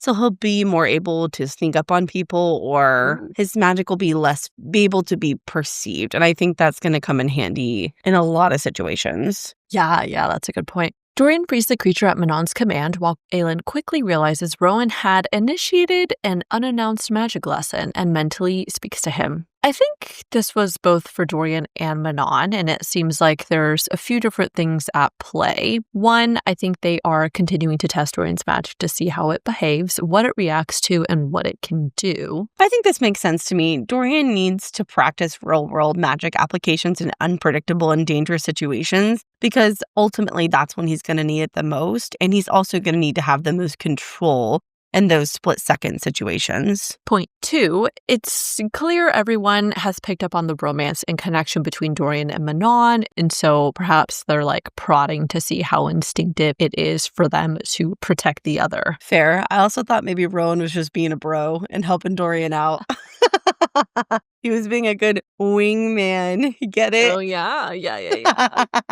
And then my third point, when Rowan mentally says to Aelin, why do you think that hole opened up by the witch? This then shifts the attention to Manon and how she proceeds to take note of the Eye of Elena. I personally felt like Rowan knows more than he lets on about the role of the witches with the larger war with Erewhon. And so maybe there was like a little bit of him prodding information out of Manon or something like that. Really? I think I'm going to have to disagree with you on this. I think he did and said that because Manon is the most expendable member of the group. Remember, they still do not like or trust Manon. They have no reason to want her alive, honestly. Fair, yeah. So if it had gone badly, only Manon would have been injured and not any other members of the group. I also do not believe for a single second Rowan knows something important like that and would not have just automatically volunteered that information to Aelin. There's no way he would keep anything from her. That's fair. Maybe it didn't occur to him that Manon might know something until now or whatever, but I don't know. It's probably not important, so... Manon proceeds to identify the symbol of the Eye of Elena as part of the three-faced goddess and then fills them in on the symbol's different parts, representing the crone, the mother, and the maiden. We also get some exhilarating information, so we'll lay it out and then give some thoughts about it. Specifically, she says that is an iron teeth symbol. Blue blood prophets have it tattooed over their hearts, and those who won valor in battle when we lived in the wastes. They were once given those to mark her glory, our being goddess blessed. Aelin mentions how the eye had reacted to Baba Yellowlegs, and Manon is surprised that its power worked even with magic contained. When Aelin reveals Baba Yellowlegs had known a lot about the word keys and word gate, and then asks if that was part of their history, Manon says not in those terms, but Yellowlegs wasn't ancient. She knew things now lost to us. Last but not least, this is when Manon goes into details about the final 3-day battle between the Crocans and the Iron Teeth Witches, and Rhiannon's final curse on the Iron Teeth as previously referenced earlier in this episode. So with all the info out of the way, here are some thoughts about all of this. And this is where I had a mega thought, guys. So I apologize in advance because it's quite long. So first of all, I think it's highly suspicious that the Eye of Elena is actually shaped in the symbol of the three-faced goddess, and that immediately made me wonder if it was actually either crafted by a witch or perhaps originally belonged to the witches before coming into Elena's possession. Second, let's say that first fact is true. Then, to me, that indicates there was familiarity and some sort of relationship between the Fae of the Galathinius line and the witches. But more specifically, the Crocans, because we know the Crocans take after the Fae. So then, this all leads me to believe that the witches, or at least the Crocans, have been playing some sort of larger integral part in whatever is going on with Elena, the gods, and the Valg. And speaking of the eye, when Aelin takes it out, it says, the bent metal of the eye as she cleaned her hands. The blue stone in its core flickered with cobalt fire. I don't know about you, but that flagged as a similar description to the lock being described when it said a bit of metal and glass. That's what Elena had told her. Is it possible that they are like sister objects that were crafted at the same time or something? And I actually did briefly wonder if the Eye of Elena is the lock. But then I was like, well, Elena knows about the Eye of Elena, so wouldn't she have told Aelin about it if it was the same thing? So that's kind of my hang up with that particular part. And this was also kind of just sparked in general from listening to our last episode, and you had a thought where you were like, I wonder if the lock is something we've already been exposed to and just didn't know about. So that's a really interesting thought, especially because I need to go back and reread the scene, but at the end of Queen of Shadows, when Aelin is confronting the king and she takes it out, the king has a notable reaction. But then at the same time, it is an ancient object owned by Elena Haviliard that is protective in nature, so it's probably very valuable. But I agree, considering that they literally just had a long-distance phone call with Elena and discussed the lock, I feel like she would have been like, hey, by the way, the eye is actually the lock. But instead, she's like, go to the marshes, you know? So does that would seem really odd to me? Like, for what purpose would there be to deceive them? But then again, also, Elena loves to withhold shit, you know? So that's confusing, and I would need some real clarification if that were the case. So on the one hand, yes. On the other hand, I'm like, no. Regardless, I do feel like the Eye of Elena is connected to the witches, though, somehow. Oh, well, yeah. I mean, Manon literally tells them it is. Yeah, it's the symbol of the three-faced goddess. So I do feel like it has more purpose than what has been revealed to us so far. More than just like, it glows blue and it kind of protects you.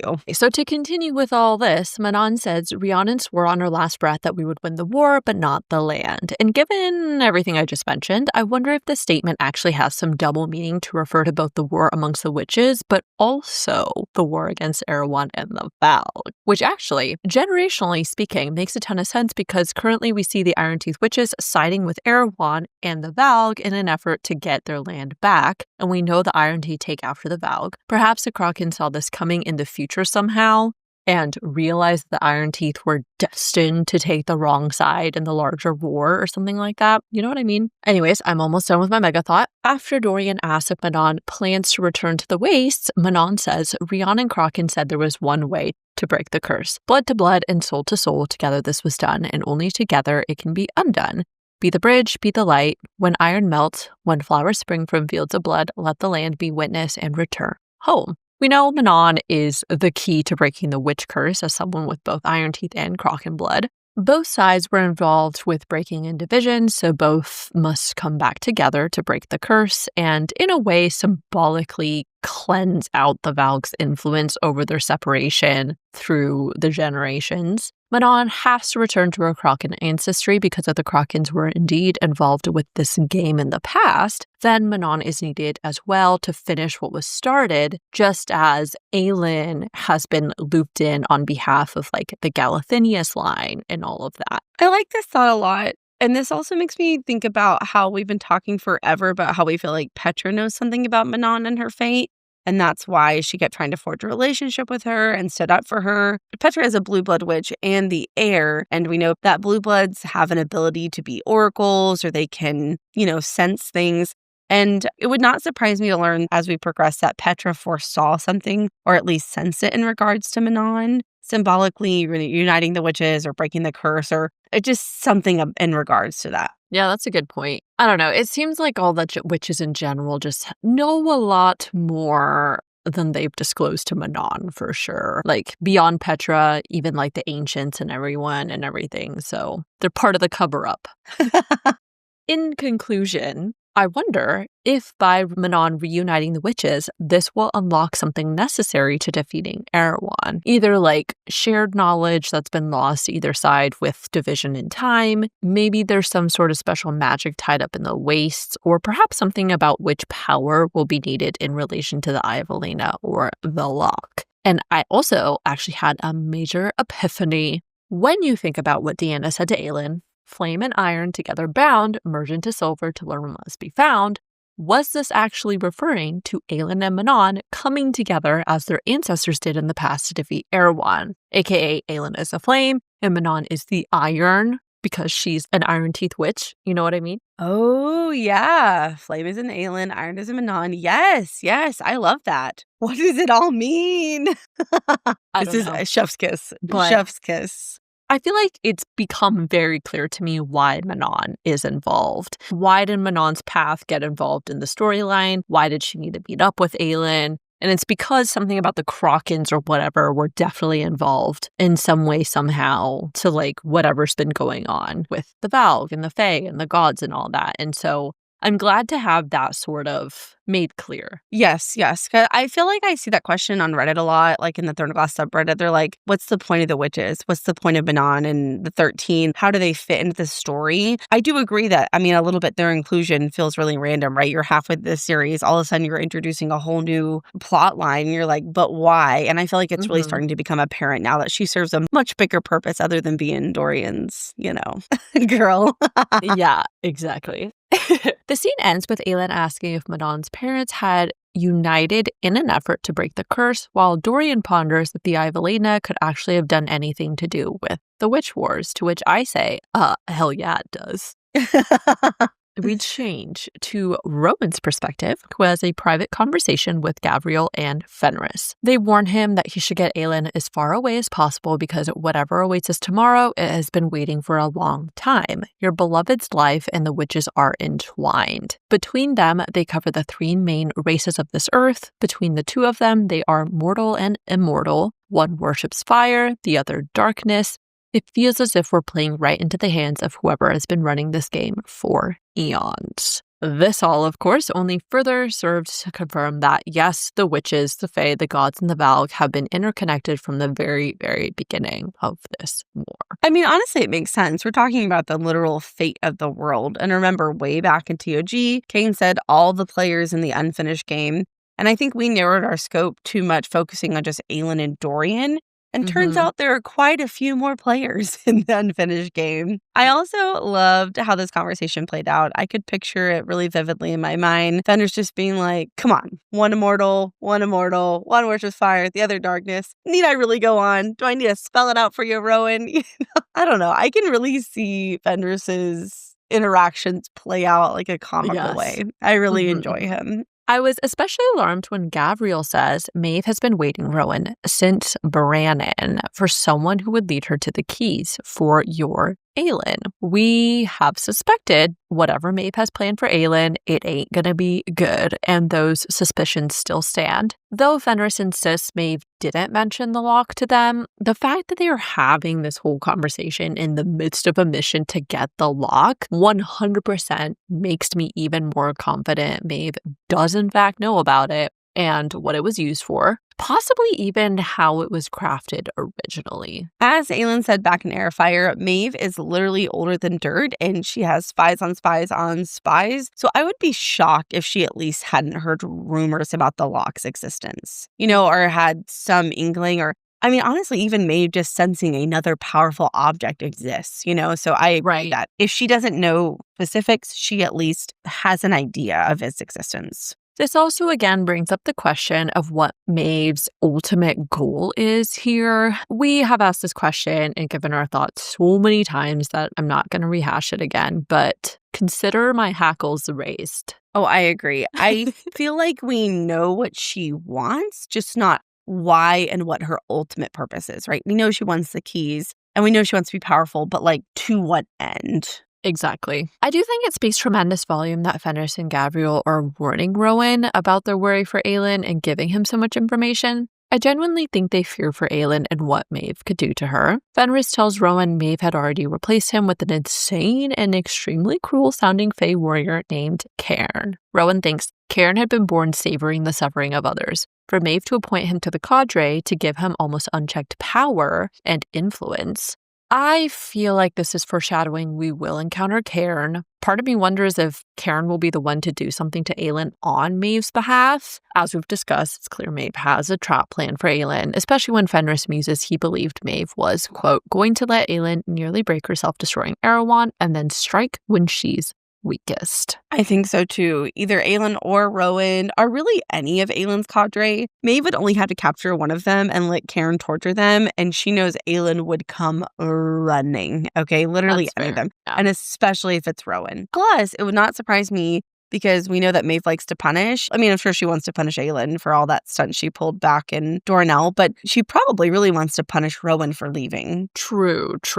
That's fair. The truth of why Fenris and Gabriel were warning Rowan becomes clear. Maeve fears Aelin's power. Rowan had already left her to serve Aelin, and she feared Lorcan would do the same, which would make Aelin quite literally the most powerful queen with an equally powerful court to back her up if Lorcan somehow chose to serve her as well. Honestly, it's reading more and more like Maeve would find some way to enslave Aelin and use her power for herself if she gets the keys. I think you were the first one to have this thought, Addison.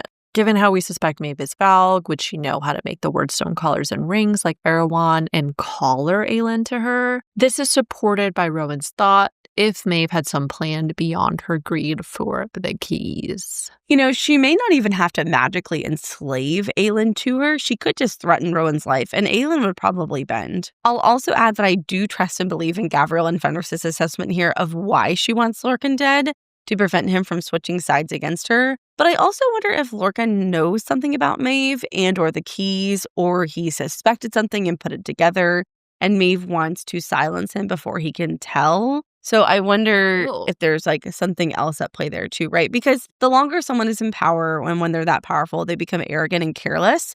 And I could easily see her thinking like, oh, Lorcan's in love with me. He would never betray me. And probably her oversharing or sharing different pieces of things that Lorcan maybe put together in some bigger way. Like, hell, maybe she is a Valg and Lorcan figured it out. And she wants to make sure that he doesn't tell. I don't know. That would be a twisty twist if he actually knew I what she know, right? That'd be I know. crazy. This also made me think back to near the end of Heir of Fire when Aelin shows Maeve the vision from General Narok about her becoming this almighty queen.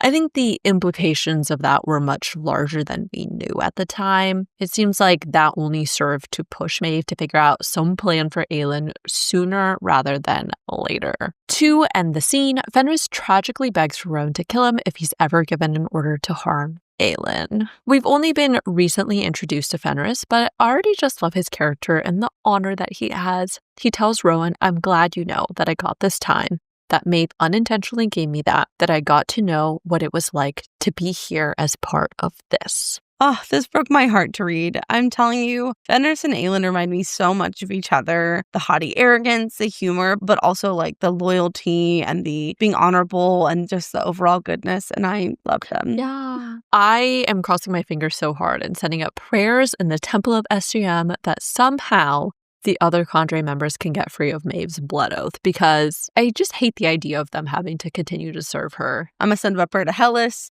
to Annis, to Three-Faced Goddess, everybody except you, Deanna, not you. Exactly. In Deanna, we do not trust, okay? All right, so that ends chapter 53. Moving on to chapter 54.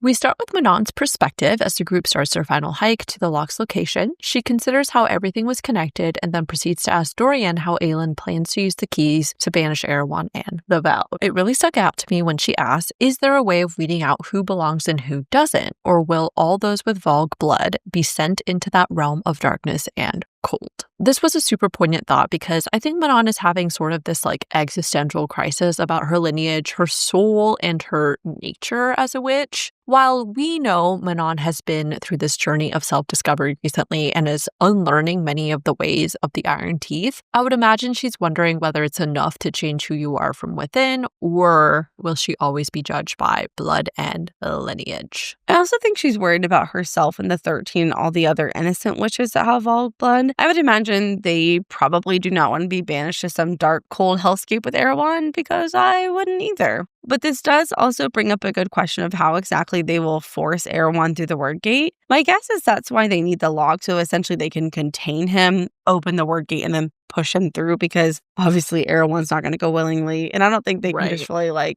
push him in there, I think there's going to have to be some restraining force to hold him back. Honestly, I hadn't got that far. I'm just focused on the next thing, but we should probably start thinking about how we're going to do that. Dorian assures her banishing people to live with the Valg isn't something Aelin would do, but ultimately, whoever holds those keys gets to decide. And you'd better pray to whatever wicked gods you worship that it's Aelin holding them in the end. I don't blame Manon for questioning who should have the keys and who gets to decide, but I do appreciate that Dorian is steadfast with his support in Aelin. In a way, I also think Dorian is glad it's Aelin because he understands that the word keys, though powerful, are also an enormous burden. And Aelin is someone who's willing to make that sacrifice for everybody else. I think Dorian also recognizes that Aelin is actually the least selfish person of all of them and would literally give up anything if she absolutely had to protect her people.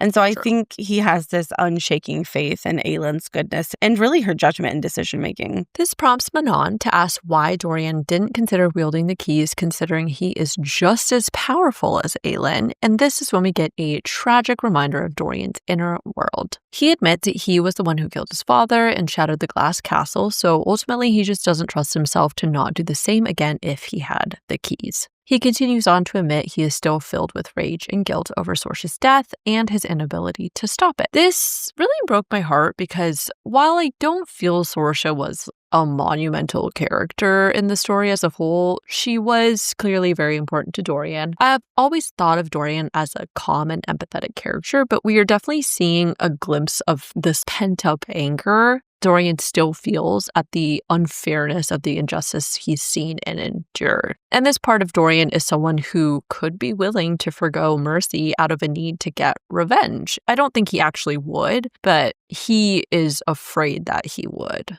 It was very heartbreaking to see Dorian's pain, but also I had to step out of the story here for a minute. And this is just a mild complaint, but I have to say it. I do not feel like Dorian and Sorcia's relationship was developed enough to make me care about Sorcia, and more importantly, convey to me that Sorcia was that important to Dorian. I feel like I'm having to do some light mental gymnastics to get myself in the headspace that he literally loves Sorcia so much that it has just absolutely ruined him, what happened to her. And I'm not trying to minimize what happened to Sorcia in any way. Of course, it was very traumatic and awful, but I feel like the way he's acting here is almost like his mate got killed. And I'm just not there emotionally in that headspace. I'm just not connected to her in that way. And I'm not invested in their relationship is the other thing. I feel like, honestly, that's going to be a complaint that when this series is all said and done, that's probably still going to be in the back of my mind. But for the sake of the plot, I'll ignore it.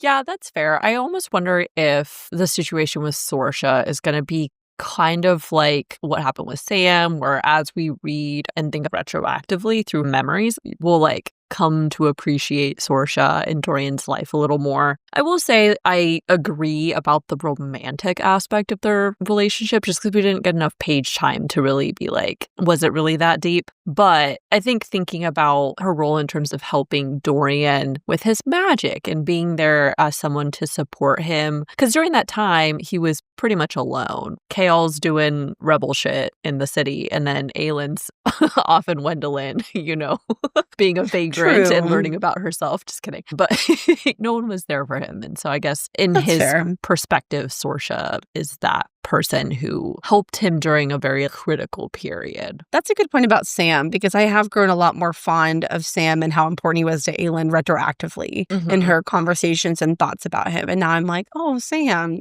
but get so little page time with him. I mean, Sorcia and he probably have just about the same amount of page time, honestly. I would say Sorcia is probably less, because Sam at least least was in a couple stories. But anyways. Either way. Moving on. Despite this admission, Manon doesn't even bat an eye at the rage she sees from him and simply says, good. Their dynamic is very interesting to me, but I appreciate that Manon doesn't shy away from this part of Dorian because she deeply understands where it comes from, having grown up as an Iron Teeth witch. Honestly, I think that's part of why Dorian is attracted to Manon, because he feels that he can expose the ugliest parts of himself, like his thoughts or actions, and Manon still accepts him despite that. And I think everyone needs that in their life. I think that's what happened with Aelin and Rowan in Heir of Fire. They were able to share those deep, dark, ugly parts of themselves with each other and still be loved and accepted. And I mean, obviously, I don't think Dorian feels loved right now, but he feels accepted by Manon and not judged. And I think that's really important for Dorian right now. Yeah. By midday, they reach the lock's location, indicated by literally everything seeming to lean away from it, like the complex was the dark, rippling heartbeat of the marshes. The group splits up to do a quick perimeter sweep for threats, and Aelin and Rowan get a moment to themselves. How they managed to get flirty in a nasty sunken marsh with sticky humidity and bugs everywhere is beyond me. But I did, of course, love when Rowan tells her, I keep a tally, you know, princess, to remind myself to repay you the next time we're alone for all the truly wonderful things you say. I also really enjoyed it when Rowan told Aelin, when we get back to civilization, I'm going to find you the nicest inn on the whole goddamn continent with good food, a disgustingly comfortable bed, and a big bathtub. Ooh. And I was like, ooh, Rowan, talk dirty to me. Because I don't need real sexy talk. I need comfort, okay? I'm a comfort queen, and all that sounds amazing.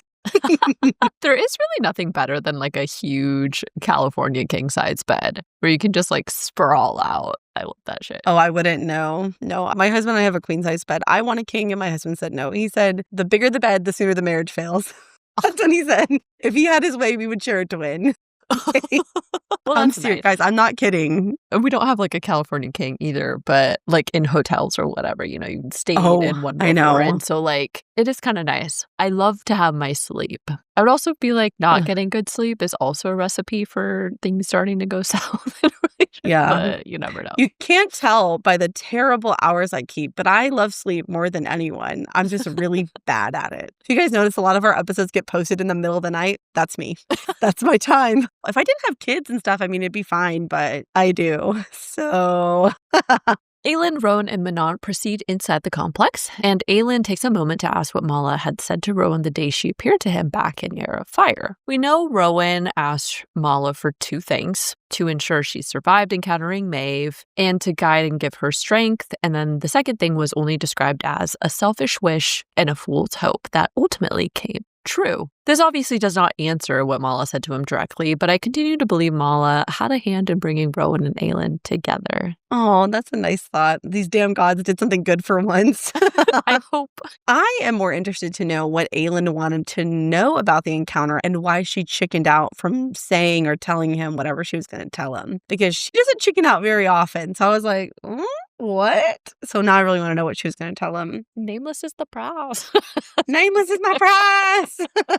I was just going to say.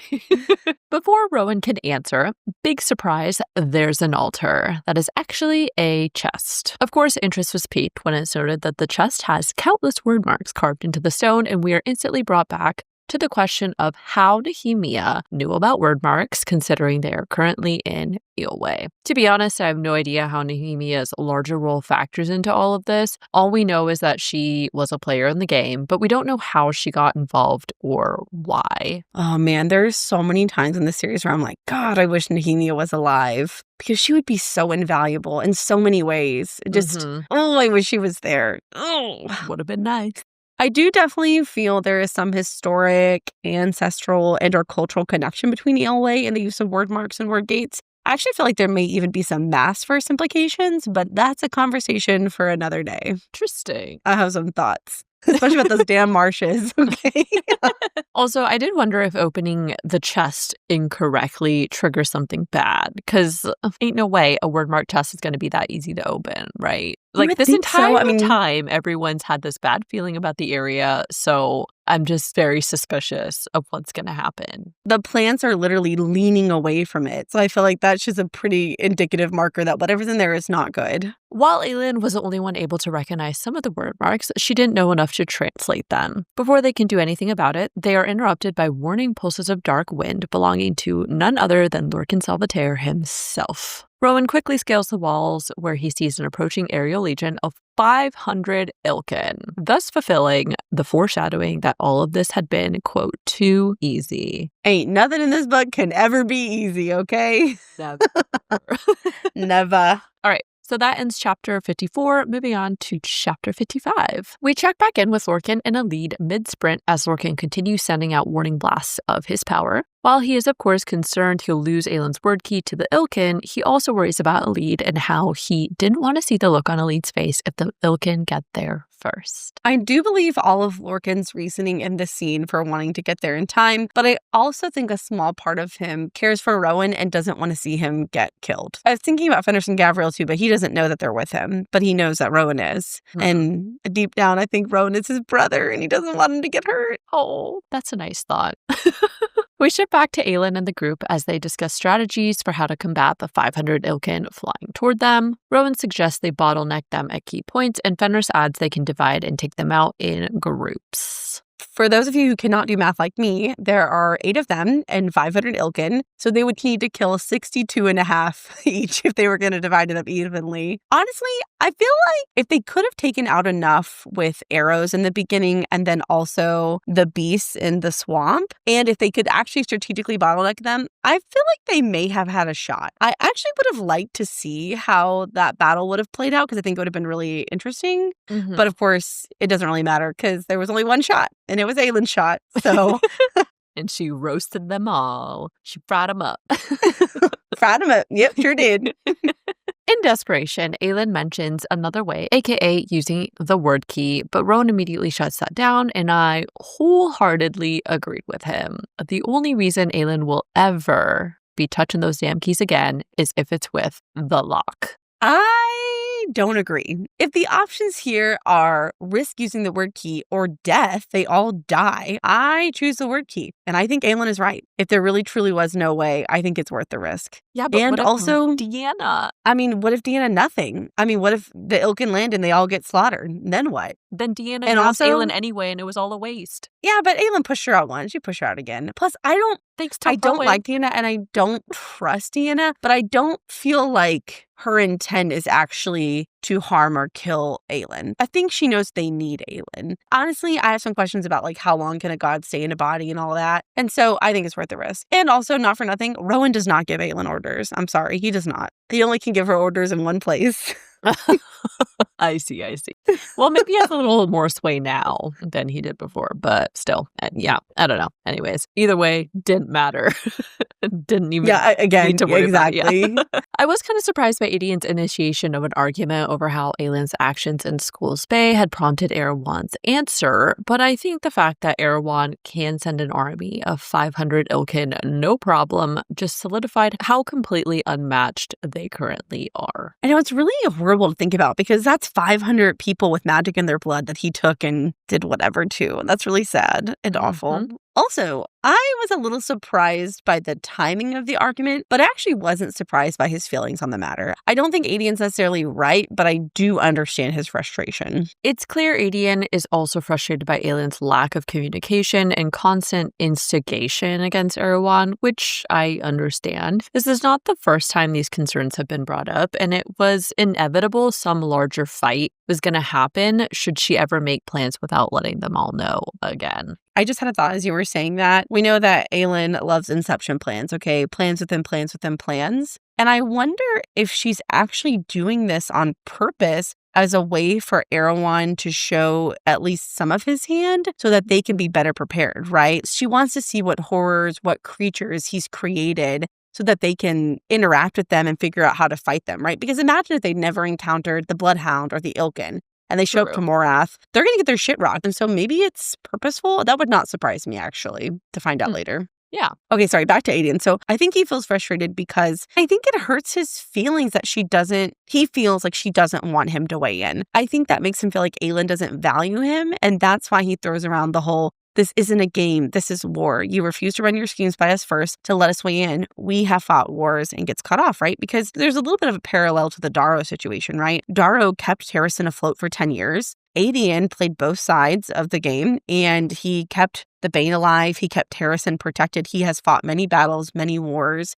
And so he is a valuable asset to Aelin's team. I think it hurts his feelings that she doesn't ask for his input. That's fair. And I will also add, I think another one of Aiden's concerns is how they could possibly win against Erewhon without allies. And he says, where are our allies, Aelin? Where are our armies? All we have to show for our efforts is a pirate lord who might very well change his mind if he hears about this from the wrong lips. Honestly, at this point, I do hope something comes to fruition soon, ally-wise, because Aiden's right. Rolf and his armada alone will not do. They need more people, but as Aelin thinks, they also need more time. We've speculated about Ansel coming back into the picture and the allies that Chaol is supposed to be working on in the south, but we literally have no idea when or how they will come back into play. And just to throw this in here too, I have not forgotten in Air of Fire the conversation Aiden had with Ren and Murtaugh about Ravi and Sol. I can't remember if they're in the southern continent or the Red Desert. And so I do feel like the puzzle pieces have been laid for allies to show up. It's just a matter of when. And right now, it feels like they're running out of time. And I mean, from Aiden's perspective, look around, right? They freed magic. They killed the King of Otterlin. That's great. It's been weeks and weeks, and they're in the middle of some godforsaken death marsh, chasing after a mysterious magical object that they have no idea what it is, how it functions, what its purpose is. And so from the outside looking in, it looks like they are not preparing for war at all. I think Aiden has always felt like he's a steward of the people of Terrasen, and right now he feels like they're not looking out for the people of Terrasen. Yeah, that's a good point, too. I was really proud of Aelin for taking what Aiden said and listening to him rather than reacting in anger or frustration. Ultimately, she agrees they'll work together, and they quickly start assigning tasks and positions. Lysandra once again takes on a water-based burden by agreeing to incite the marsh beasts into a frenzy, so if any ilken land in the water, they'd make quick snacks for the beasts. Manon scouts from atop a ruin. Aiden, Gabriel, and Fenris take on herding the ilken, and Aelin, Rowan, and Dorian would take the ilken on magically, with Aelin taking the first and only shot. Despite the earlier tension, I did love that Aiden and Aelin make up when he tells her, "Don't miss this time," which is funny. While Aiden has always known Aelin has this great power, I think it's starting to sink in that there are some things only Aelin can do, which may unfortunately require her to do individually. I do still hope she will let them all help when they can, but if she can blast 500 ilken into dust with her power, she's going to do that herself rather than risk everyone else's lives fighting. Sometimes you just have to let her do that, as painful as that might be to stand by and watch. That's fair. Overall, I really enjoyed reading how they all worked together and executed a strategy. It was really neat to see that. And so I'm sort of anticipating in a positive way the future battle scenes, but also not, because I don't want anybody to die. I actually wish there would have been a real fight, sort of, to see how they all work together, but I'm sure there'll be plenty of battles. Won't be long. Mm-hmm.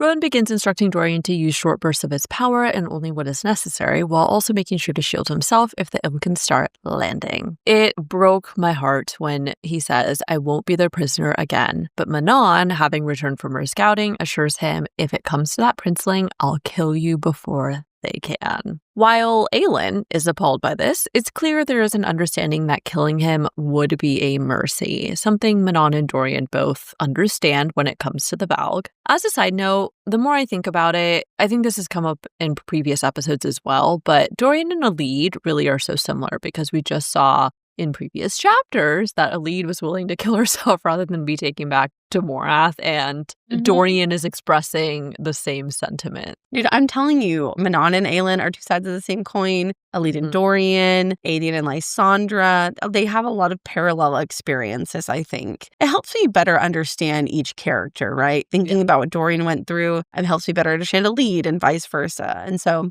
I did also appreciate that Manon made that promise to Dorian, and I actually believe she meant it. I also wonder if Manon would kill herself before being taken prisoner to Morath, because I imagine what's waiting for her there is horrible, right? You've got Erewhon, Vernon, Granny B, all of the witches, the matrons. I mean, they're going to fuck her up. That's fair. I know Manon's thoughts in regard to this have always been in terms of killing other people as a mercy, and she hasn't really expressed that about herself. Like, she hasn't seemed to have gotten to that point yet. I also feel like Manon just has too much fight. Yeah. I would see her fighting literally to the depths of hell, I guess, or into the darkness, right, for the witches in order to Remember when she thought she was dead? And she was like, death can go to hell. Yeah, exactly. I was like, oh my God. That's so true. You're right. I don't know if she would be willing to do that yet. Plus, with the 13 out there and Abraxas still, well, we think the 13's out there. Now that you're saying it, I feel like she would go and then she'd be like, I'm going to give in to the yielding and take out as many people in Morath as possible. Like, if she's going to commit suicide, she's taking everybody with her. Oh, yeah,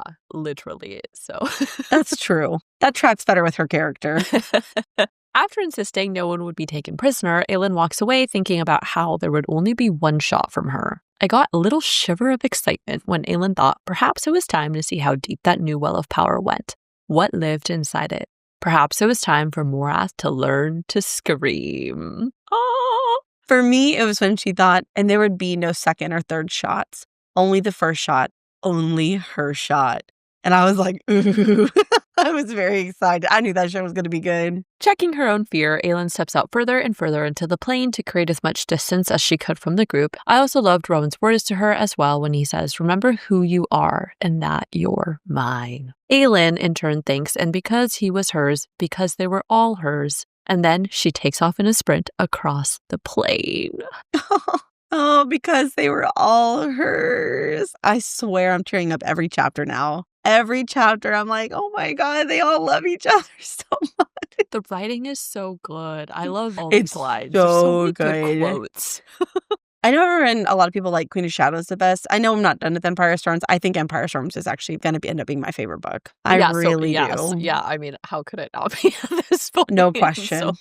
We learn Aelin had spent the last several days tunneling into her power to grow accustomed to its new depths and pressure. She knew that if she wanted to burn through their defenses, she'd have to drag up the true might of Aelin Firebringer, not an ember less. I found it notable that after this, it's described Aelin abandoned every trapping of civilization, of conscience, and rules in humanity and plummeted into her fire. Because it definitely feels like she's going deeper than she's ever gone before, and this, of course, puts her at risk for burnout and becoming completely consumed by her power. But I will say, the writing, I just love how poetic everything is, because as Aelin digs to the very, very bottom, further than she'd gone yet, it says, the Queen of Flame and Shadow, the Heir of Fire, Aelin of the Wildfire, Fireheart.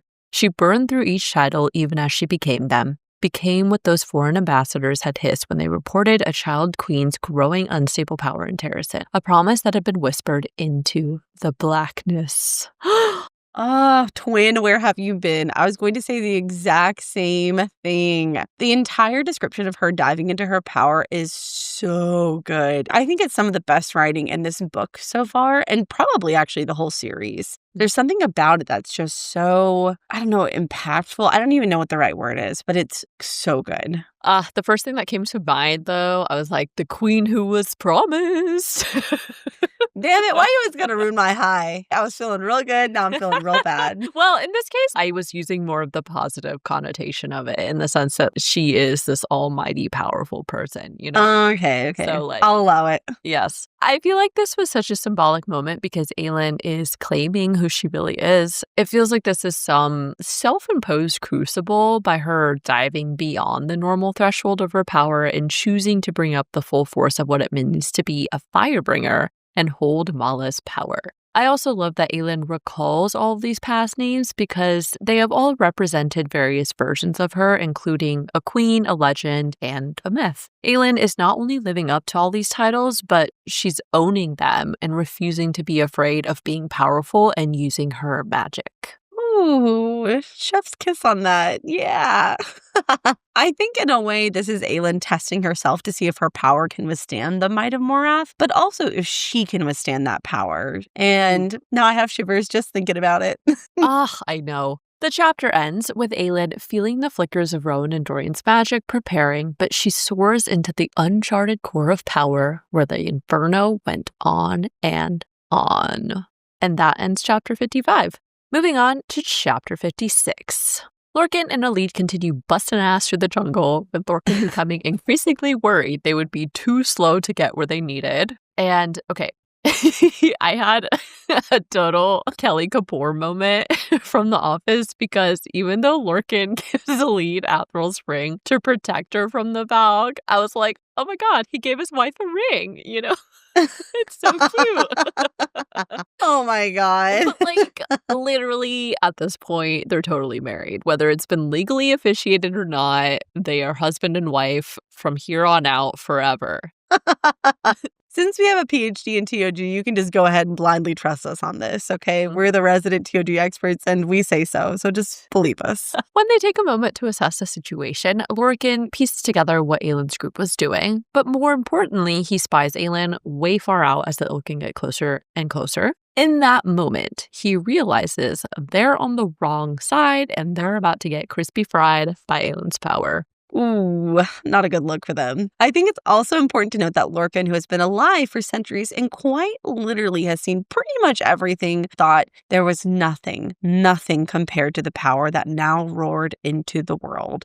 And that really stood out to me, because if Lorcan's saying that, I think it has more weight. But also reading stuff like that really gives me at least a little bit of hope that Aelin's power will actually be able to overcome Erewhon. Because, I mean, Lorcan has served Maeve, so he probably has an idea of how powerful she is. And if he's saying nothing like that has ever entered the world, I'm like, maybe we're going to be okay. Elide is stunned in reverence for her queen, who starts to dig up the full force of a fire-breathing bitch queen. Feeling that the power about to unleash was like none ever witnessed before, Lorcan tackles Elide to the ground and throws up a shield with all the power he has left. I found it significant that Lorcan thinks Whitethorn knew, even at Mistward, that the queen hadn't yet stepped into her birthright, knew that this sort of power came around once in an eon, and to serve her, a court that wouldn't just change the world, it would start the world over. A court that could conquer this world and any other it wished. We know Aelin is a fated character whose power is immensely formidable, but I feel like this further suggests Aelin's power was gifted intentionally, knowing what she'd be asked to do with it. She really has this like mythic proportion of power to use, and that power is capable of reshaping the world as they know it. But just as Maeve has worried about what Aelin could do in terms of overthrowing her, Lorcan also sees his potential for Aelin to become a conqueror in her own way,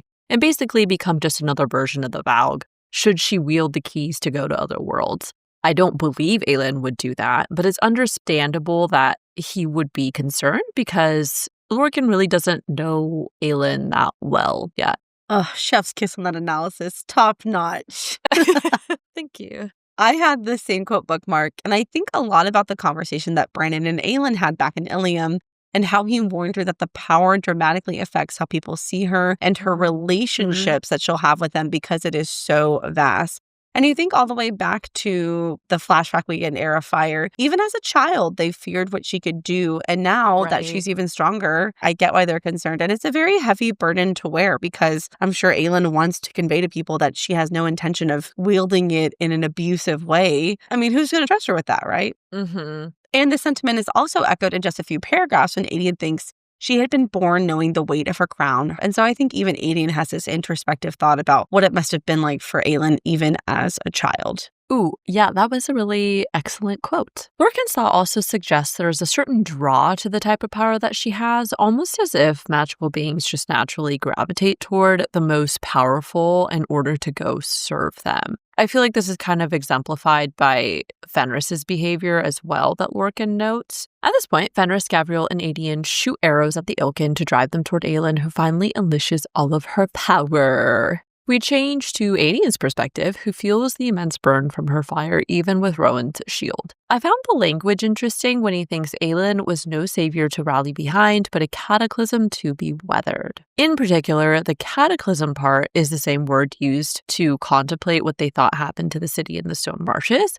And that made me wonder if perhaps, rather than some punishment from the gods, it was someone similar to Aelin who possessed a super strong form of power or harnessed some immense amount of power to try and protect the city from something. And then like earlier in the episode, you kind of touched on maybe the people of the Stone Marshes in the past used to be like guardians of it or something. But I don't know. It was just another thought. Dorian and Rowan begin helping with ice and wind to batter the ilken while Aelin watches Aelin continue to burn. He thinks there was a cost. There had to be a cost to such power. She had been born knowing the weight of her crown. Her magic had felt its isolation long before she'd reached adolescence. And that seemed like punishment enough. But there had to be a price. Nameless is my price. That was what the witch had said.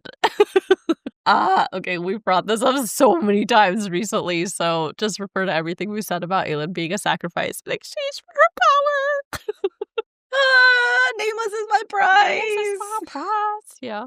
This quote was really interesting to me because I feel like Aelin's life has been so full of pain and grief and difficulty, and her power is already such a monstrous thing to bear. So in my mind, I feel like she's already paid the price, but it makes sense that to be able to wield that much power at will, there has to be an even greater price. And I just know that Nameless is my price is related. The question is, what does that mean? What does Nameless is my price mean? I need to know. Magic has a cost. Magic demands balance. Okay, and Darna. I know. I always want to say that nature likes all things in balance. And I'm like, wrong book. Wrong book. But, I mean, kind of relevant, so... Right? Eventually, one by one, their foul-bred resistance to magic yielded to those bursts of ice and wind and flame. And Aelin watches Rowan start walking to Aelin. We change back to Lorcan and Elide, who barely survived the heat of Aelin's flames, and I found it intriguing that it said Lorcan's shredded dark soul tipped its head back and roared in unison to her powers burning song. Aelin! Aelin! Not the same vibe, but like... My bad. Elide. I found this notable because it definitely seems like Lorcan's power is responding positively to Aelin's fire. Given they both possess highly powerful gifts from gods, I think Lorcan is also being guided towards Aelin's power. Symbolically, though, I wonder if feeling this pull toward Aelin's power will further remind Lorcan he can be redeemed from his, quote, shredded soul after years spent serving Maeve and doing many brutal things. I'm hoping he will get a chance to use his death power from Hellas with honor rather than with disgrace. He will. I hope so. Lorcan will. I know he will. But Daddy, I love He's him. good. But Daddy, I love him. Daddy. This all, of course, leads Lorcan to worry about the consequences of Erewhon getting a collar on Aelin. He thinks to leash that woman, that power. Would a collar even be able to contain that? The answer, of course, is hell not, and perhaps this will once again be a countering incentive for Lorcan to protect Aelin rather than work against her. Or, just as he is working against Maeve to prevent her from using her power with the keys, I guess Lorcan could just continue with his original plan to destroy the keys with even more fervor. In general, though, it seems like it is in everyone's best interest to keep Aelin far, far away from Erewhon and Maeve because of what they might use her to do. On the other hand, I did wonder if Aelin is this powerful, can they even collar her at all? That's a really interesting thought. I've been wondering how SJM is going to make the plot work so Lorcan switches sides, and I just feel like his feelings for Elide aren't quite enough yet. But when you spin it that way, then it makes a lot more sense and seems like an appropriate motivation for Lorcan, right? He has a vested interest in seeing the world shaped and ordered power-wise appropriately, and it would devastate the continent if Erewhon actually could control Aelin's power. Right. I mean, we saw what he could do with Kaltain, and Kaltain has a fraction of what Aelin has, right? Yes. I feel like that'll end up being his motivation. And then the more time he spends with Aelin's cadre, the more his heart will soften and he will grow to love them all. Oh, he'll finally break free of his cold exterior. I love that. I want that so bad. As the final remaining ilken get picked off, leaving no survivors, Lorcan watches Rowan go to its queen, and this moment. It says, a golden crown of flame flickered to life atop Rowan's head, the twin to the one Lorcan had seen burning that day at Mistward. He knew the prince wasn't ambitious, not in the way that immortals could be. He likely would have loved the woman if she'd been ordinary. But this power, in his wasteland of a soul, Lorcan felt that tug, hated it. First of all, it's highly symbolic that a fiery crown appears over Rowan's head as well. I really feel Aelin and her power are recognizing Rowan as her equal and also now as her king. He is hers and she is his forever.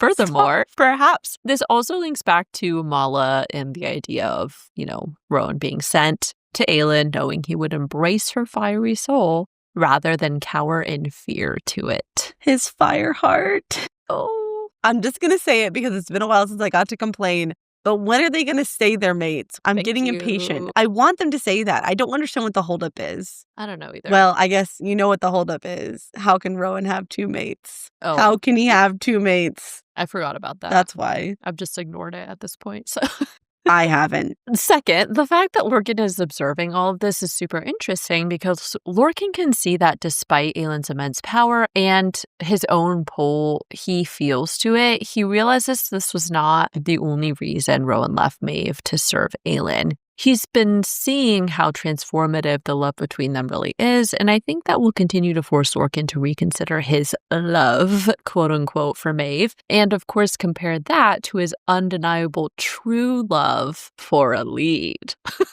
Oh, Lorraine, that's so beautiful. I hope it's true. We're going to make it true. We also see that Fenris walks toward Aelin as well in a daze, and I think this ties in really well to his past comment about wanting to serve someone with honor. Aelin is not only one of the greatest powers to exist at this time, but her core and the vision of a better world she offers is exactly what Fae males and people in general, I think, want to serve and work for. Of course, I swooned again for all of Lorcan's gentle, cute thoughts about how the kiss they'd shared had utterly wrecked him, but Elide asked what they should do now. All I can think about, given how this chapter ends, is choose Elide. Choose good, Lorcan. You guys know I'm just living for these thoughts from Lorcan about Elide. Every time I read something like that, I'm just like, oh my God, I love it. I love it so much. So cute. Lorcan briefly contemplates his own blood oath with Maeve when he thinks perhaps they were the unlucky ones for not holding out for something better, which really breaks my heart because it continues to reinforce this pain over something he can't have. Unless we find a way to break that damn blood oath to Maeve. To touch more on the power calling to power thing, could Aelin override a blood oath? Ooh. Is Aelin powerful enough magically to go alpha status over Maeve's magic and pull the cadre members to her? Oh, man. Yes, no. I think it really depends on how the system of magic works, and we just don't know enough about it. My gut says power-wise, technically she could, but the system of magic may not actually allow that. That's fair. I just wonder because, literally everybody, like Fenris is getting over there. Lorcan can feel himself getting tugged, magically speaking. And so it was just a thought. Maybe using a word key. If she figures out how to use a word key, she could use it to break the blood oath. Yeah. Maybe. Elide and all of us were, of course, silently shaking our heads as she perceptibly picks up on a change in Lorcan, noting he was not on friendly terms with Aelin and her group. This was definitely one of those moments where I was like, damn it, Lorcan, you were doing so good. Why you got to turn around and ruin it by maneuvering to take the word key while Aelin is weak? I know that's always been his plan, but it hurts to see because it contrasts with the version of Lorcan that we've seen with Elide. I agree. I know. It's like 1 minute I'm like, Lorcan. And the next I'm like, God, Lorcan, damn it. As you said, like, I swear I say, damn it, Lorcan, at least once in every single one of his chapters. I'm like, no, stop.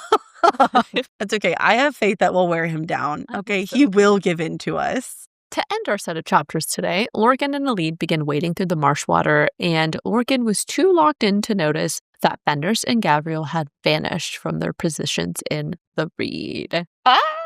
For a moment, forgot about their orders to kill Lorcan, and now I'm like, well, shit. I don't want Lorcan to die, but like, they're definitely going to attack him, and that ain't going to be good. Yeah, I have some big questions on how they're going to get around this. Fenris and Gavriel cannot ignore the blood oath, so honestly, what the fuck are they going to do? What are they going to do? Because I sincerely doubt Lorcan is about to die, but I also feel like Fenris and Gavriel are going to stick around, so how can they all three be in the same space without... I don't know. I don't get it. Yeah. And like shred each other to pieces. I'm very curious to see how Asham's going to write herself out of that, because I'm like, huh? All right, so that officially concludes our analysis portion, and now we just have our favorite moments to go over. My first favorite moment is when Elide is about to kill the ilken, and she says, I want Erewhon to know that the next time he sends you after me like a pack of dogs, I'll return the favor. I want Erewhon to know that the next time I see him, I will carve Manon's name on his god's damned heart. Oh, vicious. Excellent. I know. My first favorite one was when Lorcan tells Elide, I will always find you. He swore to her, and then she responds, I will always find you too, Lorcan. Oh, I like that one too. Mine is also from Elide and Lorcan. I liked when Lorcan tells Elide, I made a promise to protect you. I will not break it, Elide. Oh. He's never going to break his promise. And you put a ring on it, so... My next favorite one is when it said, he leaned forward, and despite the marshes, despite what gathered in the world, for the first time in 10 years, Elide found herself not at all afraid as Lorcan caressed her lips with his own. Oh, that's a good one. This is a shared one between Lorraine and I. It's when Manon and Abraxos are saying goodbye, and she says to Abraxos, you've saved my life many times. I never thanked you for it. You and me from now until the darkness claims us. Abraxos. My next favorite one was from Fenris, and it's when he told Rowan, I'm glad you know that I got this time, that I got to know what it was like to be here as part of this. My next favorite moment is, of course, just everything about Elide and Lorcan's first kiss in the Stone Marshes. I love that it happened. I love reading about it. I just loved it. I loved everything about it. My next favorite moment was between Aelin and Manon, and it's when Aelin asks, what's your sword called? Manon responds, Windcleaver. Aelin says, good name. And then Manon asks about hers. She responds, Goldrin. And then Manon says, not as good a name. And then Aelin says, blame my ancestor. I think Aelin blames them for a lot. I would too. I like after everyone has to eat the nasty swamp creatures, Aelin says, don't ever tell me what that was. Oh. My next favorite one was when Aelin is about to unleash her firepower, and she thinks perhaps it was time for Morath to learn to scream. I also liked in Aelin and Rowan's conversation, it's described, but she patted him on the shoulder, licking him over with absolute irreverence, saying as she walked ahead, I certainly hope you make me beg for it. And I was like, ooh. Ooh, I know. My next favorite one was from Rowan, and it's when he tells Aelin, remember who you are and that you are mine. The next one is a shared one between Addison and I, and it's the epic quote that said, the queen of flame and shadow, the heir of fire, Aelin of the wildfire, Fireheart. She burned through each title even as she became them. Became what those foreign ambassadors had hissed when they reported on a child queen's growing unstable power in Terrasen, a promise that had been whispered into the blackness. Oh, so good. My last favorite quote was when Adian thought Aelin was no savior to rally behind, but a cataclysm to be weathered. And I was like, damn, I know that quote punches. Yeah. All right, so that officially concludes our episode. Thank you all for joining us for another episode of the Booked on Fantasy podcast. As always, we are so glad you found us, so please leave us a review and follow us on Instagram, TikTok, or YouTube to keep up with us on a daily basis. That's all we've got for you guys today. So live a little. And we'll catch you all next week. Bye. Bye. And stay tuned for some bloopers. They have no issue using misinformation as part of their fear tactic. And the thought of being trapped in a box like that kicked my claustrophobia. Oh my God. Okay, I can do this. I forgot I'm just sitting in the dark like an idiot. Like a little weirdo. Like a little weirdo. Like a little freak. Oh my God. It just goes and goes. Is this where I had my big revelation? Oh my God. Oh, yep. Yeah, I think so. That's why. Yep. That's why. I know, girl, I was typing away and I was like, oh my God. I was like, this is a whole... Maeve would only have to capture one of them and let Karn. Wait, how do you say his name? I think it's Cairn.